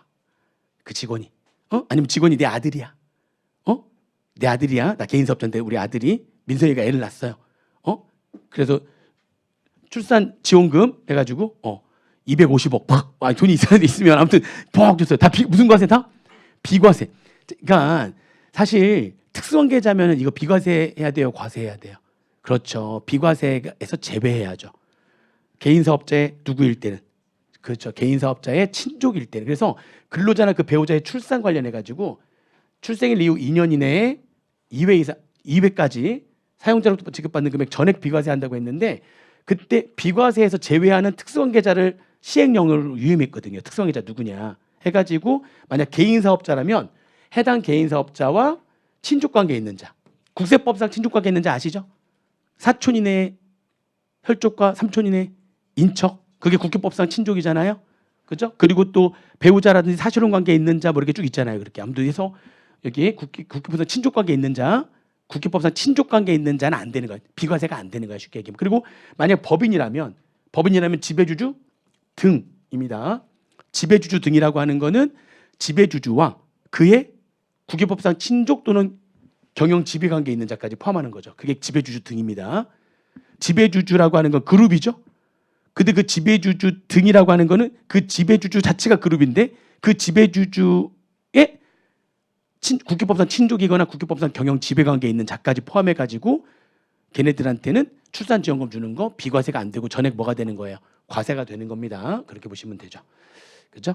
그리고 여기서 말하는 지배주주라고 하는 거는 지배주주가 어디에서 말하는 지배주주냐에 따라서 정의가 조금씩 다른데 여기서 말하는 지배주주는 그러니까 1% 이상의 지분을 가지고 있는 어떤 한 사람과 그의 특수관계자 이 지분을 전부 다 합해가지고 그런 사람들이 그런 그룹들이 막 이렇게 있을 거 아니에요. 여러 그룹들이. 근데 우리 그룹이 가장 지분이 높으면 지배주주라고 하는 겁니다. 여기서는 어떤 한 사람과 그의 특수관계자 지분을 전부 다 합했어요. 그 그룹들이 막 이렇게 있을 거 아니에요. 근데 걔네들이 하면 지분율이 다 몇 퍼센트 이상이지만 되는 건 맞고 1% 이상인 자들로서 그런 그룹들 중에서 우리 그룹이 가장 지분율이 높다면 우리 그룹이 뭐가 되는 거예요? 지배주주가 되는 겁니다. 아시겠죠? 그 다음에 출산지원금은 몇 회까지만 전액 비과세한다고 그랬죠? 2회. 그런데 3회 이상, 세 차례 이상 지급받으면 어떻게 할 거냐? 그러면 최초 2회만 비과세가 되는 겁니다. 순서가 내가 선택하는 게 아니라 2번 비과세한다고 했으니까 2번 비과세한다고 했는데 회사 사정상 3번에 나눠주는 거야. 500, 500 이렇게 주면 되는데 회사 사정상 지금 300, 300, 400 이렇게 준 거야. 500, 500 원래 1,000만 원 주기로 했는데 회사가 500, 500 이렇게 주면 다 비과세가 되는데 사정상 300, 300, 400으로 이렇게 나눠준 거야. 3월 달, 9월 달, 9월 달에. 그러면 어떻게 할 거냐? 내가 저는 그러면 이거 400하고 300하고 요거 비과세 이게 선택하는 게 아니라 순서에 따라서 최초 2회 지급이 비과세되고 3회부터는 무조건 뭐가 된다? 과세. 3번 나눠주면 내가 선택하는 게 아니라 무조건 순서대로 2회까지만 비과세가 된다는 얘기예요. 그리고 이게 또 하나 중요한 게 있어요. 자, 내가 지금 A 회사를 다니고 있는데 A 회사에서 3월 달에 한번 받고 9월 달에 한번 받았어. 응? 이제 더 이상 안 받, 이제 더 이상 더 받으면 이제 과세가 되는 거죠? 더 받으면 과세가 되는 거잖아. 그래서 이 회사 그만뒀어. 이제 다 이제 그건 좀 너무하지, 그지? 출산 지원금 막 주면서 막 축하한다고 막 500 딱 줬더니 그동안 감사했대. 그러면서 그만두는 거야. 이제 다 받았더니 좀 그렇지. 앞으로 열심히 일하라고 주는 건데 어떻게 보면 딱 그만두더니 B 회사를 간 거야. B 회사가 또 거기서도 아직 몇 년이 안 됐어. 아직 출산일로부터 아직 2년이 아직 안 돼가지고 그쪽 회사에서도 또 500 또 준 거야. 그러면 이거 어떻게 할 거냐? 되게 좋아. 회사별로 2회야. 몇 년 이내하면 아직. 그게 밑에 적혀 있는 거야. 이직해가지고 출산지원금을 지급받은 거야. 이직해가지고 아직 몇 년 이내예요. 지금 아직 출산일로부터 몇 년 이내면 돼요. 그냥 아직 2년 이내야. 근데 이직해서 받잖아요. 그러면 사용자 회사별로 최대 2회까지 다 비과세가 되는 거예요. 이직해서 또 몇 회가 또 비과세가 되는 거예요. 이직해서도 아직 몇 년 이내라면 아직 2년 이내라면 이직해서도 또 2회까지는 또 비과세가 되는 거예요. 뭐 이직을 막 이렇게 어떻게 좀 막 이렇게 종용하는 건가 지금? 사실 이러면 안 되는 거 아니에요? 사실 회사 입장에서는 이거 주니까 더 열심히 하라는 어떤 그런 의미에서 준 건데 줬더니 그만두고 저쪽 가서 또 받고 막 이러는 거잖아. 이거 조금 그렇긴 한데 아무튼 그렇게 돼 있어요 지금. 그래서 회사별로 2회다. 이직해서 두 번 받는 것도 여전히 몇 년 이내라면, 출산일로부터 2년 이내라면, 아시겠죠? 회사별로 2회씩 각각 비과세가, 전액 비과세가 된다. 그래서 근로자들한테 굉장히 유리하게 만들어 버렸어요. 이게 무슨 말인지 이해되죠? 맨 마지막 거. 사용자별로 최대 2회까지 한다. 그래서 여기 이직 시에 이적 전에 지급받은 횟수는 합산하지 않는다. 응? 횟수에 합산하지 않는다. 이런 얘기입니다. 자, 그리고 우리가 종업원 할인 금액 있잖아요. 종업원 할인 금액, 비과세되는 금액, 그리고 일정 기간 이내에 재판매 금지한다고 이렇게 얘기했었는데, 그죠? 일정 기간에 재판매 그런 요건들을 충족해야 된다고 그랬잖아요. 받자마자 막 당근에 팔고 이러면 안 된다고 그랬잖아요. 일정 기간 동안은 재판매하면 안 되거든요. 그래서 그 일정 기간, 비과세 금액 이런 것들은 시행령으로 정한다고 했는데, 비과세 금액은 이미 그때도 설명드렸었어요. 이렇게 될 것이다. 그렇게 됐어요. 비과세 금액은 내가 할인받은 금액 아까 1,000만 원짜리 600만 원 샀으면 할인받은 금액 얼마예요 지금? 400만 원인데 이 400만 원은 얼마를 한도로 해가지고 비과세하느냐? 둘 중에 큰 금액을 한도로 하는 거죠. 시가에 얼마? 시가가 얼마짜리였죠? 1,000만 원에 몇 퍼센트? 20%와 연 얼마? 연 240만 원. 내가 여러 번에 걸쳐서 할인됐으면 1년 동안 아무튼 한꺼번에 계산하는 거라고 얘기했었죠. 한꺼번에 계산하는 겁니다. 연 240만 원이니까. 그러면 만약 한 번만 이렇게 할인됐다면은 둘 중에 큰 거 얼마가 비과세 되는 거예요?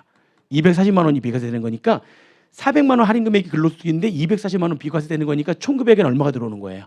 160만 원이 총 금액이 되는 겁니다. 응? 비과세 뺀 금액이 총 금액 되는 거니까 비과세 되는 금액이 400만 원 중에 240만 원이니까 총 금액에 들어가는 금액은 얼마? 160만 원이 되는 거예요. 그래서 이제 그거는 그대로 여기 이제 들어왔어요. 여기 들어왔으니까 이거는 그 앞에서 공부했던 그 내용 그대로고요. 그때도 이렇게 될 것이다 해서 미리 얘기해 드렸었고, 그리고 재판매를 그러면 재판매는 몇 년 동안 금지하느냐? 이게 둘로 나눠졌어요. 둘로 나눠져가지고 2년 동안 재판매 금지하는 게 있고 1년간 재판매 금지하는 게 있어요. 그러니까 아무래도 비싼 거 있잖아요. 비싼 것들은 2년이라고 생각하시면 되고요. 좀 싼 거는 1년이라고 생각하시면 돼요. 그러니까 예를 들면 이렇게 돼 있어요. 여기 보니까 둘로 나눠져 있는데 개별소비세법에서 이게 1조의 뭐 2항의 2번에 해당 2호에 해당되는 게 그게 귀금속이거든요. 귀금속, 고급 시계, 고급 융단, 고급 가방 있죠. 명품 가방들 뭐 이런 것들. 여기서 말하는 고급 시계, 고급 가방은 다 200만 원 초과하는 그런 고급 가방이라든지 시계여야지만 저기 안에 들어가요. 개별 소비세가 과세가 됩니다. 근데 그런 것들 걔네들 일단 몇 년이고요. 이런 회사 다니고 있으면은 더 싸게 살 수가 있는데, 근데 걔네들은 몇 년 내 재판매하면 안 된다고요? 2년. 그리고 소비자 분쟁 해결 기준이라고 돼 있어요. 그걸 보니까 소비자 분쟁 해결 기준에 따른 품목별 내용수가 5년을 초과하는 품목이라고 돼 있어요. 5년. 근데 그게 뭐냐? 제가 또 찾아봤어 내가 또. 그래서 소비자 분쟁 해결 기준이라는 게 뭐지? 그래서 들어가서 거기에 품목별 내용 요소를 딱 보니까 5년이 넘어가는 게 뭐냐면 거기가 자동차, 그다음에 대형 가전, 에어컨, 그죠? 뭐 TV, 냉장고, 세탁기, 전자레인지 뭐 이런 것들이에요. 이런 것들. 그럼 그 이외 거 5년이 안 되는 게 있어요. 5년이 안 되는 거. 나머지인데 선풍기. 선풍기 회사에서 내가 선풍기 좀 싸게 살 수 있잖아요. 걔는 몇 년 내 재판매 금지. 걔는 1년 지나면 판매해도 돼요. 그러니까 선풍기라든지. 그리고 전자레인지는 여기인데, 전자레인지는 위인데 예를 들면은 전자 토스트기, 전기 토스트기 있잖아요. 전기 토스트기. 그건 여기 있어요. 다 여기 1년. 5년이 안 돼. 걔네들은 5년이 안 되는 거다. 그래서 딱 봐도 그냥 좀 조그마한 가전들, 소형 가전이라고 하죠. 걔네들은 1년 재판매 금지. 좀 대형 가전이나 자동차나 고급 명품들 이런 것들은 2년 동안 재판매 금지 이렇게 돼 있다. 이렇게 보시면 되겠습니다. 그 다음에 이게 아까 얘기한 그 얘기예요. 종업원 할인 금액이 근로수익이 된다고 그랬는데, 그럼 뭐가 근로수익이 되는 거냐? 이렇게 구체적으로 4가지다. 우리 회사가 생산하거나 공급하는 재화 용역을 임원이나 종업원한테 시가보다 낮은 가격으로 판매하면 그게 바로 뭐가 되는 거죠? 바로 그게 근로수익이 되는 거죠, 일단. 그리고 두 번째, 자사가 생산 공급하는 재화 용역을 싸게 파는 게 아니라 걔네들을 싸게 사는 거를 지원하려고 돈을 줘도 돼요. 싸게 살려고 돈을 줘도 돼요. 내가 너 400만 원 줄게. 아니면 쿠폰을 주는 거죠. 우리 직원들한테만 쿠폰을 주는 거야. 400만 원짜리 쿠폰을 주는 거야. 이렇게 1,000만 원짜리 600만 원에 싸게 팔아도 되는 거고, 그래도 400만 원이 근로수익이 되는 거고, 그게 아니라 400만 원짜리 뭐를 주는 거죠? 쿠폰을 주는 거야. 그것도 얘한테는 뭐가 되는 거예요?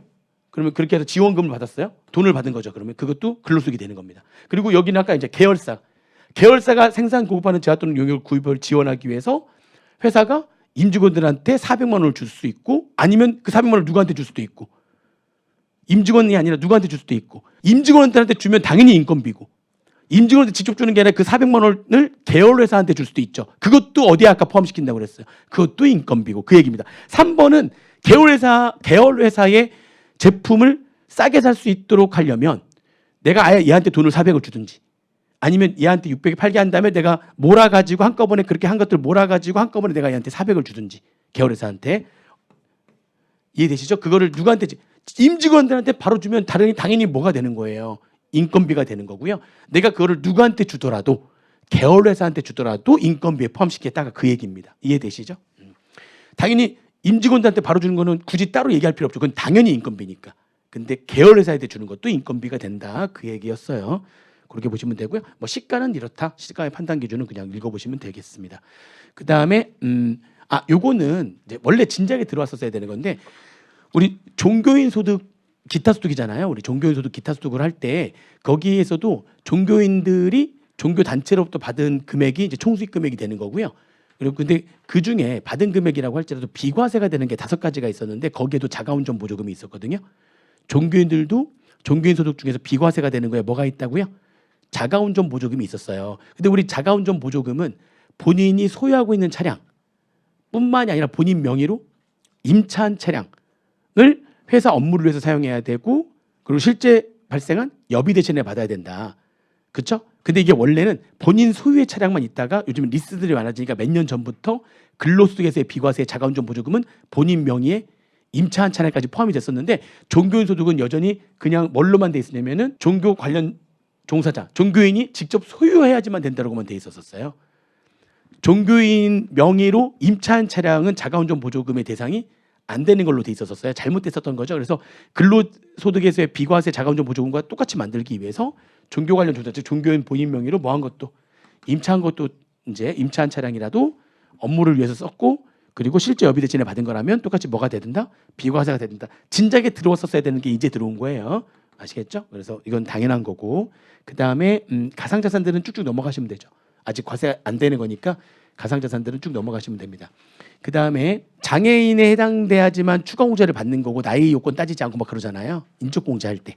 근데 그 장애인이 그냥 이렇게 세 번째가 항시 치료를 위한 중증 환자라 그래가지고 그냥 병원 가가지고 의사 선생님한테서 그 확인 도장만 받아오면은 내가 장애인이 되려면 진짜 말 그대로 장애인 복지법에 따라 가지고 등록되어 있는 장애인이 아니더라도 내가 여기 당연히 장애인 등록이 돼 있으면 1번에 해당되는 장애인이 되는 건데 그게 아니라 항시 치료를 하는 중증 환자 이거는 누가 확인해 줘야 되는 거예요. 장애인 등록법에 따라 등록이 된 장애인은 아닌데 항시 치료를 위한 중증 환자는 누가 확인해 줬냐면 그냥 의사가 확인 도장만 찍어주게 되면 내가 장애인으로서의 공제를 받을 수가 추가 공제라든지 장애인으로서의 여러 가지 세법상 혜택을 받을 수 있는 장애인으로 봐줬단 말이죠. 근데 이게 누구의 자의적인 판단이 자꾸 들어가는 거죠?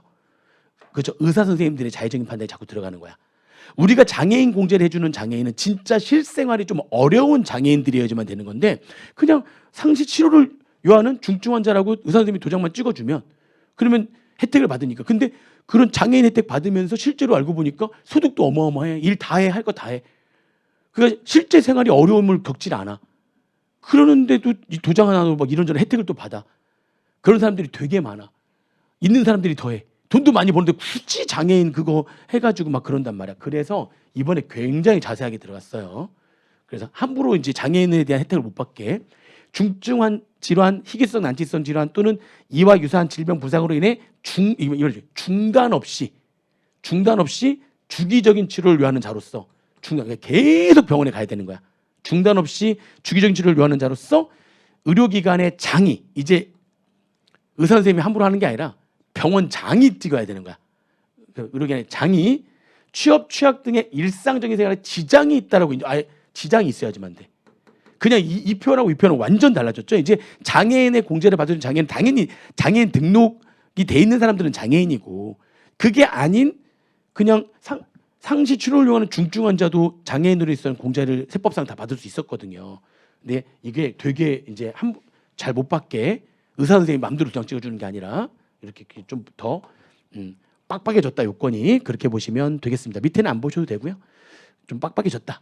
이렇게 보시면 되고 그리고 요거는 7월 1일부터 적용되는 건데 7월 1일부터 적용되는 건데 우리 도서 이용료, 신문 판매 대금, 영화관 입장료, 그죠? 또는 박물관이나 미술관 입장료 이런 것들이 별도로 3번으로 딱 신용카드 사용했다는 소득공제 받을 때 3번으로 가는 거는 총 금액이 얼마 이하인자? 7천만 원 이하인자는 별도로 3번으로 가잖아요. 거기에 뭐가 추가됐죠? 수영장이나 체력 단련장의 시설 이용료까지 포함됐다. 근데 좀 그 체력 단련장이 애매했었는데 거기 시행령을 보니까 진짜 말 그대로 헬스장만 되는 거예요. 헬스장만 되는 겁니다. 다른 거 안 돼요. 수영장하고 체력 단련장은 여기서 말하는 체력 단련장은 이 별표 1번에 해당되는 체력 단련장은 이거는 딱 그냥 헬스장만 말하는 거예요. 수영장, 헬스장. 그리고 말 그대로 뭐만 시설 이용료만. 수영장과 헬스장에 강습료라든지 뭐 이런 것들도 있잖아요. 그 레슨비라든지 이런 것도 있을 수 있잖아요. PT 안 돼요. 뭐만 시설 이용료만 된다. 그리고 만약에 시설 이용료하고 관습비의 구분이 불분명해. 이번에 해가지고 합해서 얼마 이런 식으로 그냥 얘네들이 판 거야. 그럼 이거는 나중에 시행 규칙에서 별도로 따로 이렇게 구분하겠대요. 아무튼 뭐만 되는 거야 이제 일단 그러니까 시설 이용료만 되는 거예요. 강습료라든지 PT 비용 이런 거 안 됩니다. 시설 이용료만 1,900, 7천만 원 이하였을 때 신용카드 사용 구분할 때 별도의 3번으로 가는 겁니다. 몇 퍼센트 적용되죠, 걔가? 30%율 적용되는 3번으로 가는 거다. 이렇게 보시면 되겠습니다. 7월 1일부터 되는 거죠. 자, 그다음에 혼인세액공제, 결혼세액공제 이번에 들어온 거 아시죠? 2024년도부터 2026년도까지 뭘 더 연장될 수도 있겠지만 요 기간 동안에 결혼하면 얼마 공제해 준다고 그랬죠? 결혼하게 되면 부부 1인당 50만 원 각각이죠, 각각. 부부 각각 1인당. 부부 각각 이쪽도 이쪽 양쪽 다 소득이 있을 수 있잖아요. 그래서 50만 원 세액 공제를 지금 해 주는데 근데 실컷 혼인 신고해 가지고 세액 공제 해 줬더니 또 바로 또 뭐 하죠? 그렇죠. 이제 보니까 이제 혼인 무효가 된 거야. 이게 이혼한 건 어쩔 수 없는데 알고 보니까 결혼이 가짜 결혼인 거야. 그래서 혼인 뭐가 돼 버린 거죠? 혼인 무효가 된 거예요. 혼인 무효가 됐으면 그러면 이거 다시 뱉어 내야 될 거 아니에요. 뱉어낼 때 뭐까지 뱉어내라고요? 이자 상당액까지. 요 기간에 하루 1일 얼마? 10만 분의 22 해가지고 우리 납부지원 가산세 1일 납부지원 가산세 율하고 똑같이 해가지고 1일 20분 해가지고 이자 상당액까지 내라는 거죠. 그죠? 근데 대신에 이제 무효 확인소 확정 후에 몇 개월 내에 빨리 신고하게 되면요. 자수를 빨리 하는 거죠. 3개월 내에 하게 되면은 가산세는 면제를 해주는 거고 3개월 지나면은 가산세 내면서 뭐까지 내는 거고 이자 상당액까지 내는 거고 무효가 됐다면 문제가 된다. 이혼하는 건 어쩔 수 없는 거고요. 그거는 정상적인 결혼을 했다가 이혼하는 거니까 그런 게 괜찮은데 결혼 무효 소송이 걸린 거예요. 처음부터 가짜 결혼이었다는 거죠. 그러니까 그렇게 됐을 때는 뱉어냅니다. 이자까지. 그래 보시면 되고 퇴직소득세에 대한 얘기인데 이게 시험 문제 나올 것 같지는 않아요. 시험 문제까지 나올 것 같지는 않고 굳이 얘기한다면은 이런 거예요. 이제 그동안 1년 안에 퇴직을 2번 하는 거죠. 1년 안에 A 회사를 퇴사했고요. 그래서 이때 A사에서 퇴사할 때 요 근무 기간 이렇게 해가지고요. 이게 지금 25년도 예를 들면 3월 달에 A사 퇴사를 한 거예요.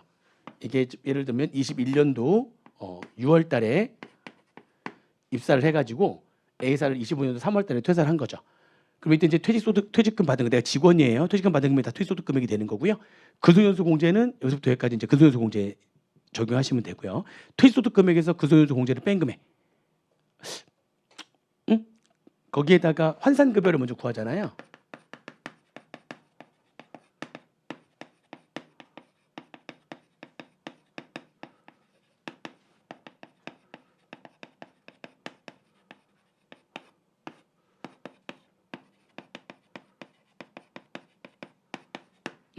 환산급여? 그리고 환산급여를 가지고 환산급여 공제표를 보면은 거기서 이제 뭘 빼게 되죠? 환산급여? 공제는 이 환산급여에 따라서 공제표에서 이제 얼마 빼라고 돼 있죠. 계산돼 있죠. 이건 표가 있죠. 표가. 빼게 되면 이게 뭐가 되는 거냐면 이게 퇴직소득 과세 표준이 되는 거죠.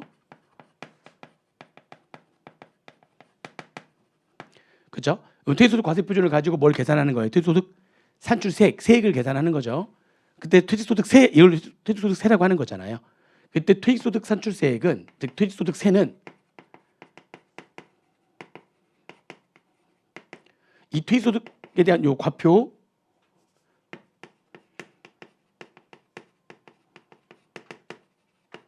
이 과표 자체가 1년으로 환산된 소득이니까 여기다 바로 그냥 무슨 세를 곱하고요. 기본세로 곱하고요. 일단. 그죠? 그렇게 하고 난 다음에 사실은 이렇게 환산한 거기 때문에 원상태로 돌리기 위해서 마지막에 다시 12로 나눈 다음에 근속연수를 곱한 금액을 산출세액으로 한다. 이렇게 돼 있는 거죠. 그죠? 그렇죠. 그러면 지금 A사에서 퇴사할 때에 A사에서 이렇게 퇴직소득세를 계산해 가지고 퇴직소득세를 어떻게 했겠어요? 그냥 바로. 그렇죠. 퇴직소득세는 요 퇴직소득 산출세액을 원천징수에서 과세를 종결하죠. 이게 바로 원천징수액이 되는 거죠. 그래서 완납적 원천징수로 과세를 종결하죠. 그렇게 했단 말이에요. 그런데 얘가 25년도 9월 달에 B사에서 또 퇴사를 한 거죠. 두 회사를 동시에 다니고 있었던 거예요. 얘는 뭐 예를 들어서 22년도 뭐 8월 달에 입사해 가지고 이렇게 퇴사한 거죠. 그래서 동일한 25년도에 한 번 또 퇴직소득 또 한 번 퇴직소득이 생긴 거예요. 그럼 이때 퇴직소득세는 어떻게 계산할 거냐? 이때 퇴직소득세는 이것만 가지고 하는 게 아니고요. 이때 얘하고 두 개를 합한 퇴직소득 금액을 가지고 퇴직소득세를 한꺼번에 계산하는 거예요. 그럼 이때 퇴직소득 받은 금액이 있고 이때 퇴직소득 받은 금액이 있잖아요. 합산해 가지고 한꺼번에 계산하는 거예요. 한꺼번에 계산하는 거죠. 그때 한꺼번에 계산할 때에 예를 들면은 이때 받은 금액이 예를 들어서 뭐 3천만 원이다. 이때 받은 금액이 2,500만 원이다. 3천만 원 가지고 이렇게 세금 계산한 다음에 그다음에 이때는 2,500이 아니라 얼마 가지고 계산한다고 이때는 5천만 원 가지고 그렇죠. 합산한 금액을 가지고 한꺼번에 퇴직소득세를 계산해요.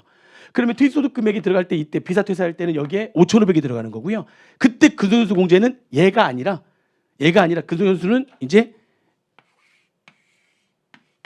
이렇게 먼저 입사한 날부터 나중에 퇴사한 날까지로 해가지고 한꺼번에 근속연수를 이렇게 두 근무 기간을 합산한 다음에 중복된 기간을 제외한다. 즉 먼저 입사한 날부터 나중에 퇴사한 날까지로 해가지고 뭐를 계산하고요. 근속연수 공제를 계산하고 여기 근속연수도 요게 근속연수가 되는 거죠. 요게 근속연수로 나눈 다음에 12로 곱해가지고 5,500만 원에 대한 퇴직소득 환산급여를 계산하고 그 환산급여에 따라서 환산급여 공제를 하고 그럼 과표가 나올 거 아니에요? 그 과표에다가 기본세를 주게 한 다음에 다시 12분의 요 근속연수를 곱해가지고 산출세액을 계산하는 거죠. 한꺼번에 합한 금액이 얼마? 5,500만 원을 가지고 계산을 하는 겁니다. 그렇게 하고 난 다음에 이때부터 이때까지 계산한 퇴직소득세가 있을 거 아니에요. 이걸 기납부세액으로 뺀 나머지 금액을 이때 원천인수하면 되는 거죠. 추가로. 그러니까 이때 원천인수를 얼마를 할 거냐? 이때 원천인수는 5,500만 원과 합한 근속연수를 가지고 한꺼번에 퇴직소득세를 계산한 다음에 그 다음에 이때 A만 가지고 계산한 퇴직소득세 이미 이때 원천인수가 됐을 거 아니에요. 걔를 뺀 나머지만 원천인수하는 퇴직소득세로 하면 된다. 지금 이런 얘기죠. 그게 정산이에요. 이 정산이라고 하는 거는 그러니까 1년 중에 퇴직소득을 2번을 받는 거죠. 1년 중에 2번의 퇴직소득을 받게 되면 그러면 이런 정산이라는 게 있다. 뭔 얘기인지 이해되시죠? 그런데 이제 문제는 뭐냐면 이게 정산을 해야 되는데 이때 얘가 받은 이 3천만 원 있잖아요. 3천만 원 중에 2천만 원은 퇴직연금 계좌에 들어갔고요. 1,000만 원은 내가 써버린 거예요. 자, 그러면 이때 계산된 금액 중에 3분의 2는 이연 퇴직소득세가 되는 거고요. 3분의 1은 원천인수가 된 거죠. 무슨 말인지 지금 이해되세요? 그러니까 이 3천만 원을 내가 다 쓴 것도 아니고 다 들어간 것도 아니고 일부분은 퇴직연금 계좌에 일부분은 내가 쓴 거죠. 그러면 퇴직연금 계좌에 들어간 거는 그러니까 이 3천만 원에 대한 퇴직소득세가 예를 들어서 얼마라고 할까요? 3천만 원에 대한 퇴직소득세가 만약 300만 원이라고 한다면 300만 원 중에 200만 원은 이연 퇴직소득세가 되는 거고 100만 원은 그냥 원천인수가 된 세액이 되는 거고 이걸 가지고 계산한 퇴직소득세가 300만 원인데 이걸 가지고 계산된 퇴직소득세가 퇴직소득 산출세액이 300만 원인데 그렇게 해서 이연이 될 수도 있잖아요. 그러면 나중에 이때 2,500만 원 받았을 때 어떻게 할 거냐 정산을. 그러면 이때 정산하는 거는 당연히 얼마를 가지고 해야 되는 게 맞는 거죠? 얼마 가지고 하는 게 맞는 거예요? 5,500만 원 하는 거 5,500만 원 가지고 하는 게 맞는 거죠. 5,500만 원 가지고 하는 게 맞는 거고 그리고 난 다음에 그러면 이연 퇴직소득 중에서 요 기간 동안에 뭐 한 게 있냐면 요 기간 동안에 또 인출한 금액이 있을 거 아니에요. 좀 쉽게 얘기하면 이렇게 되는 거예요. 자, 그러면 요 기간 동안에 퇴직소득 중에 요거 중에 200만 원은 이연이 된 거고 그리고 표현이 좀 어렵긴 한데 100만 원은 이연이 안 된 거고 얘는 그냥 바로 원천인수가 된 거고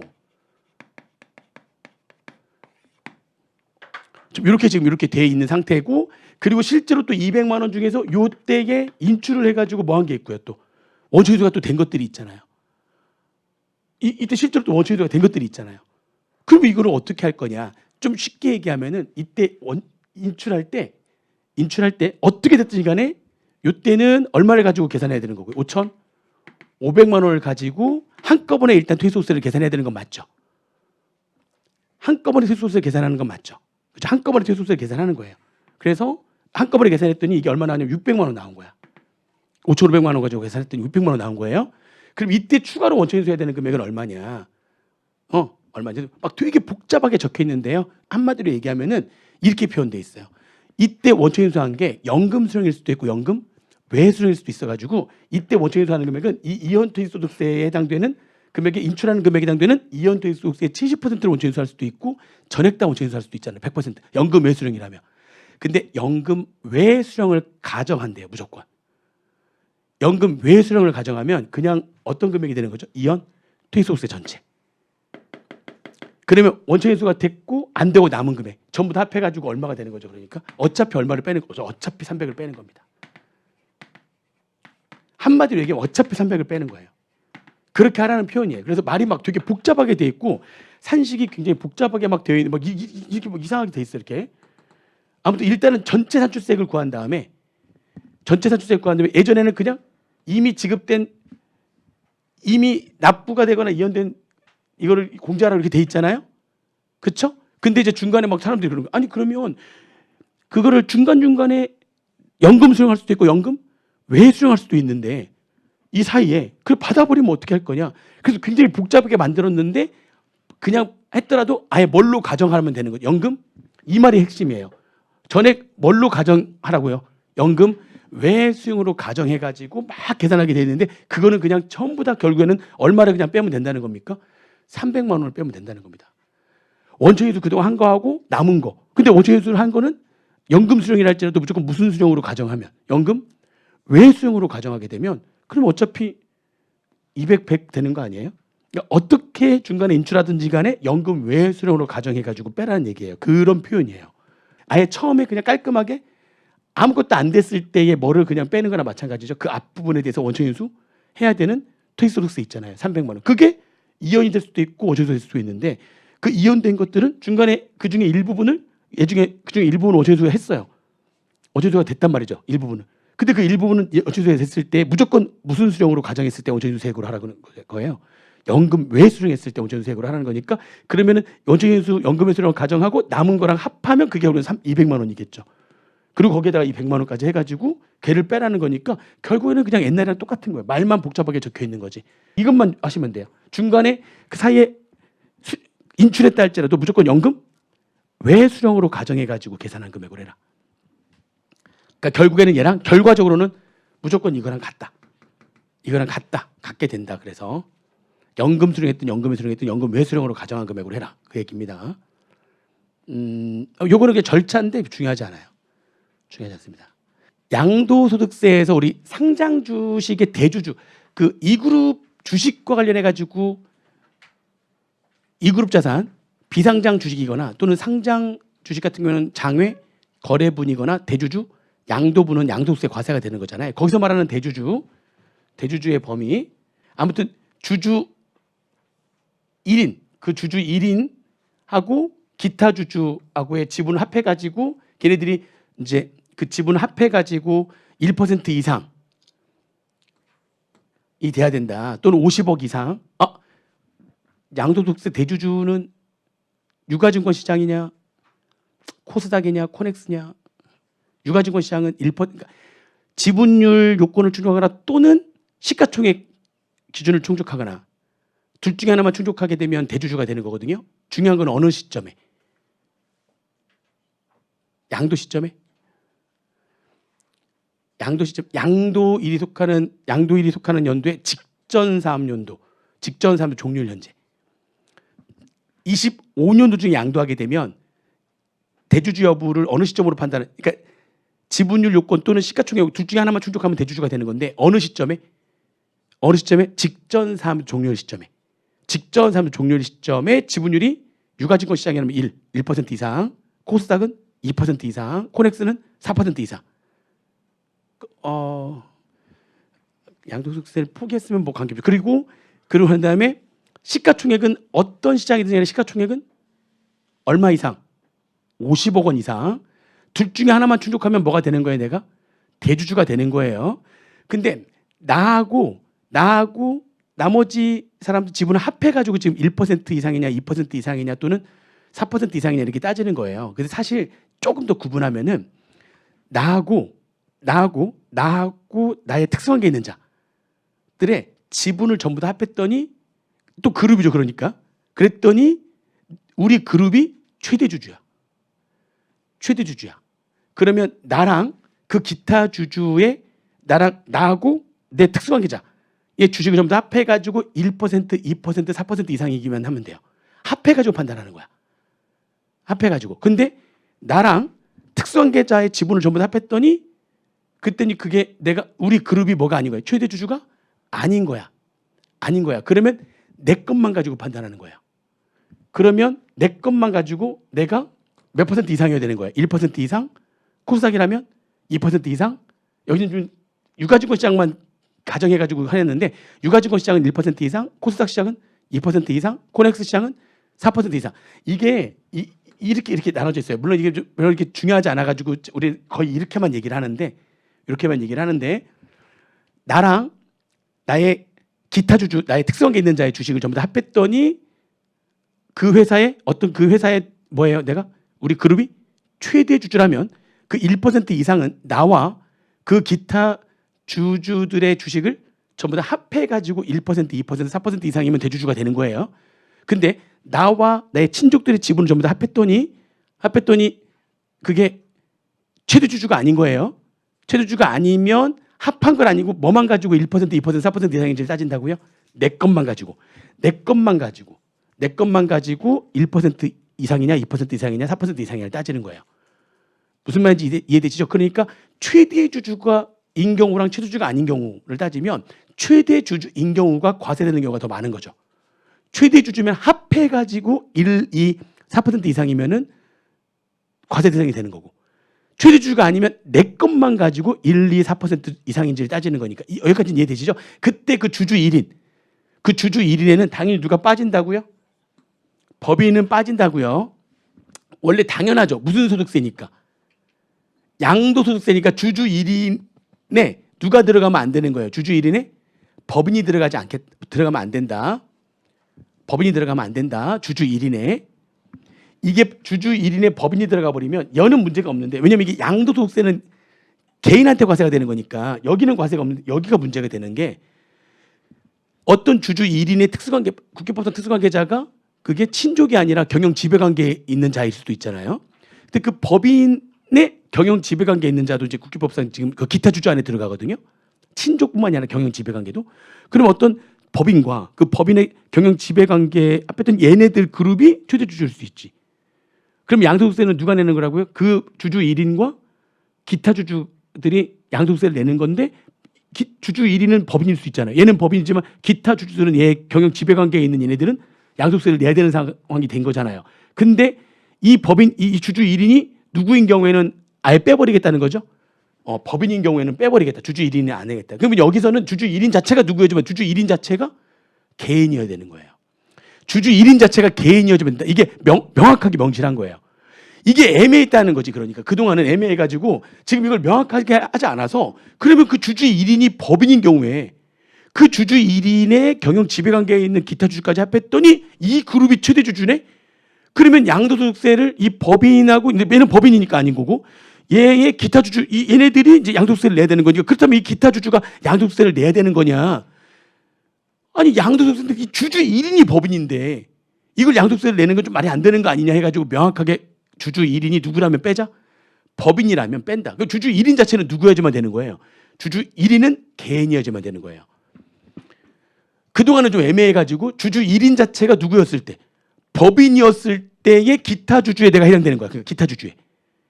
무슨 말인지 이해되시죠? 그래서 이렇게 합했더니 최대 주주여가지고 이렇게 해서 최대 주주가 돼버리면은 그리고 1% 이상이네? 그러면은 양도소득세를 빼면 얘는 법인이니까 양도세를 안 내지만 기타 주주인 나는 양도세를 내야 되는 거냐? 이것 좀 말이 안 되는 거 아니냐? 주주 1인이 법인인데 개인이 아닌데. 이해되세요? 그래서 아예 그 주주 1인의 누구를 빼버리겠다? 법인을 빼버리겠다 이렇게 된 거예요. 그러니까 명확하게 한 거죠. 그래서 재주주 기준을 명확하게 했다라고 하는 겁니다. 주주 1인의 누구는 뺀다? 그러니까 주주 1인은 누구여야지만 된다 그러니까 개인이어야 된다. 개인이어야 된다라고 하는 겁니다. 그 다음에 요것도 좀 명확하게 된 건데 이게 내가 1세대 1주택자예요. 내가 1세대 1주택자인데 그러면 요건을 다 충족하면 비과세가 되는 거잖아요. 그죠? 근데 내가 이거를 파는데 양도 시점은 언제가 되는 거냐면 양도 시점은 소유권 이전 등기일이 돼요.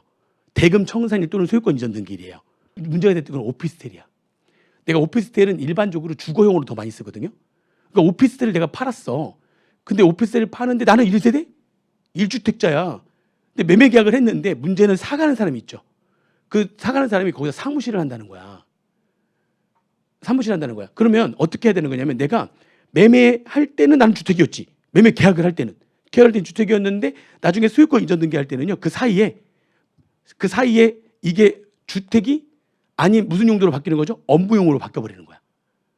그러면 나는 지금 양도일이라고 하는 건 언제라고요? 매매 계약일이 아니라 대금 청산일 또는 소유권 이전 등기일 둘 중에 빠른 날인데 양도하는 날에는 뭐가 돼버린 거예요? 사무실이 돼버린 거야. 그럼 과세야 비과세야? 과세죠. 1세대 1주택인데 내가 지금 원래 비과세가 됐었어야 되는데 근데 과세가 되는 이게 실무상 오피스텔의 경우에 이런 경우가 굉장히 많아요. 오피스텔의 경우에 이런 경우가 굉장히 많습니다. 사는 사람이 이걸 지금 사무실로 쓰려고 하는데 대금 청산이나 소유권 이전 등기하기 전에 용도를 변경해달라고 얘기를 하는 거야. 무조건 변경해야 돼 얘는 무조건 변경을 해야 돼. 얘는 무조건 변경을 해요. 왜 그럴까요? 사무실로 쓸 거 아니야. 사무실로 쓸 거니까. 그렇죠. 이게 주택이면 국민주택일 수도 있고 그죠? 아니면 주택을 내가 임대할 수도 있죠. 내가 만약 주택으로 계속 한다면. 그러면 이게 국민주택이라면 부가세 면세. 주택을 임대하는 것도 주택 및 주택 부소지의 임대 면세. 그러면 면세 사업자니까 매입세 공제를 못 받는데 나는 지금 주택으로 쓸 게 아니라 나는 뭐죠?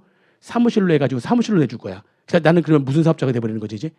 과세 사업자. 그러면 나는 이거 매입세 공제를 받아야 되잖아. 그럼 나는 매입세 공제를 받을 수가 있잖아. 그러니까는 그 사이에 뭘로 변경을 하려고 하는 거예요, 자꾸. 너는 주택을 파는 게 아니라 뭘로 파는 걸로 해라 나한테? 그 사이에 변경해가지고 사무실로 파는 걸로 해야지 내가 사겠다. 근데 요즘 잘 안 팔리니까 그렇게라도 팔리면 네 알겠습니다. 그래서 파는 거야.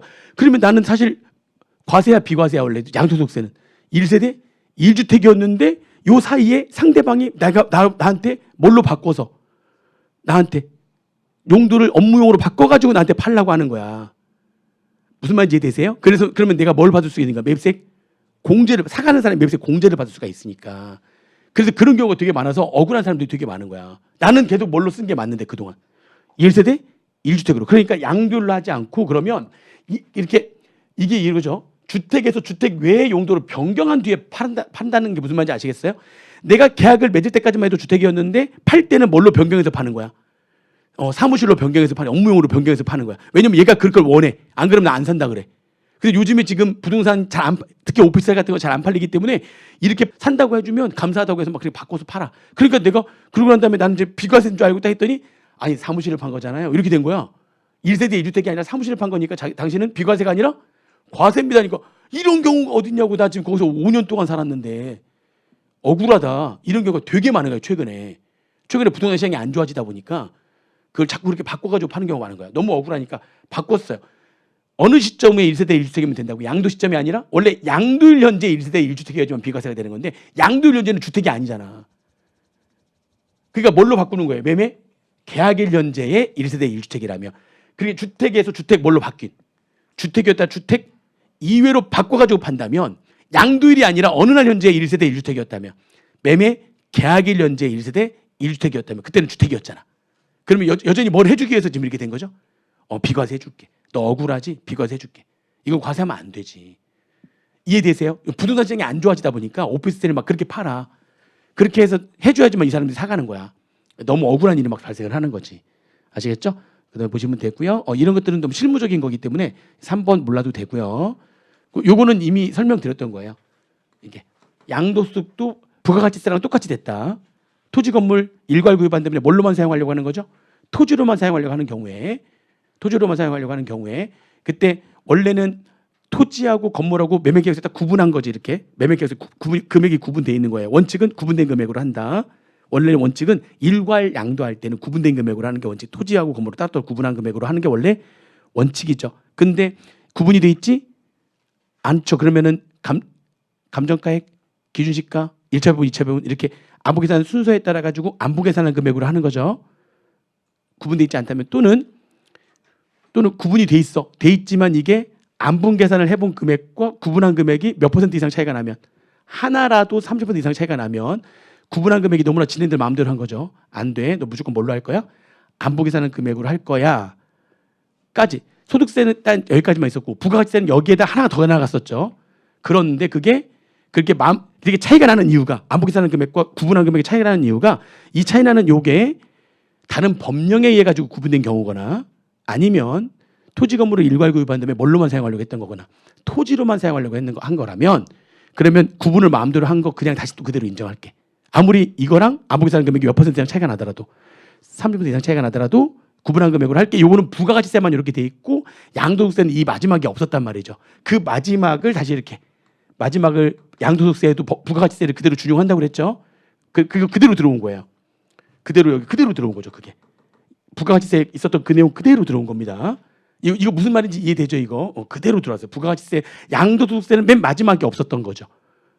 부가가치세는 끝까지 다 있었는데 그 마지막 끝까지 있었던 그 끝에 부분을 양도소득세도 그대로 가져온 거다. 이렇게 보시면 되겠습니다. 아시겠죠? 그리고 이 나머지 것들 5번이라든지 이런 것들 그리고 이 비거주에 대한 얘기들은 다 좀 실무적인 얘기들이어가지고요.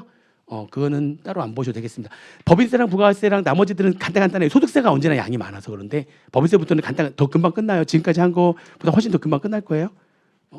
오늘 문제도 다 풀려고 문제 몇 개 안 돼. 문제 몇 개 되지도 않아요. 지금 문제도 몇 개 안 되는 거 지금 해서 문제도 다 풀려고 다 준비하고 왔어요. 오늘 더 빨리 끝날 거예요. 잠깐 쉬었다가 소득세 끝났습니다. 잠깐 쉬었다가 나머지 내용들 끝내도록 하겠습니다.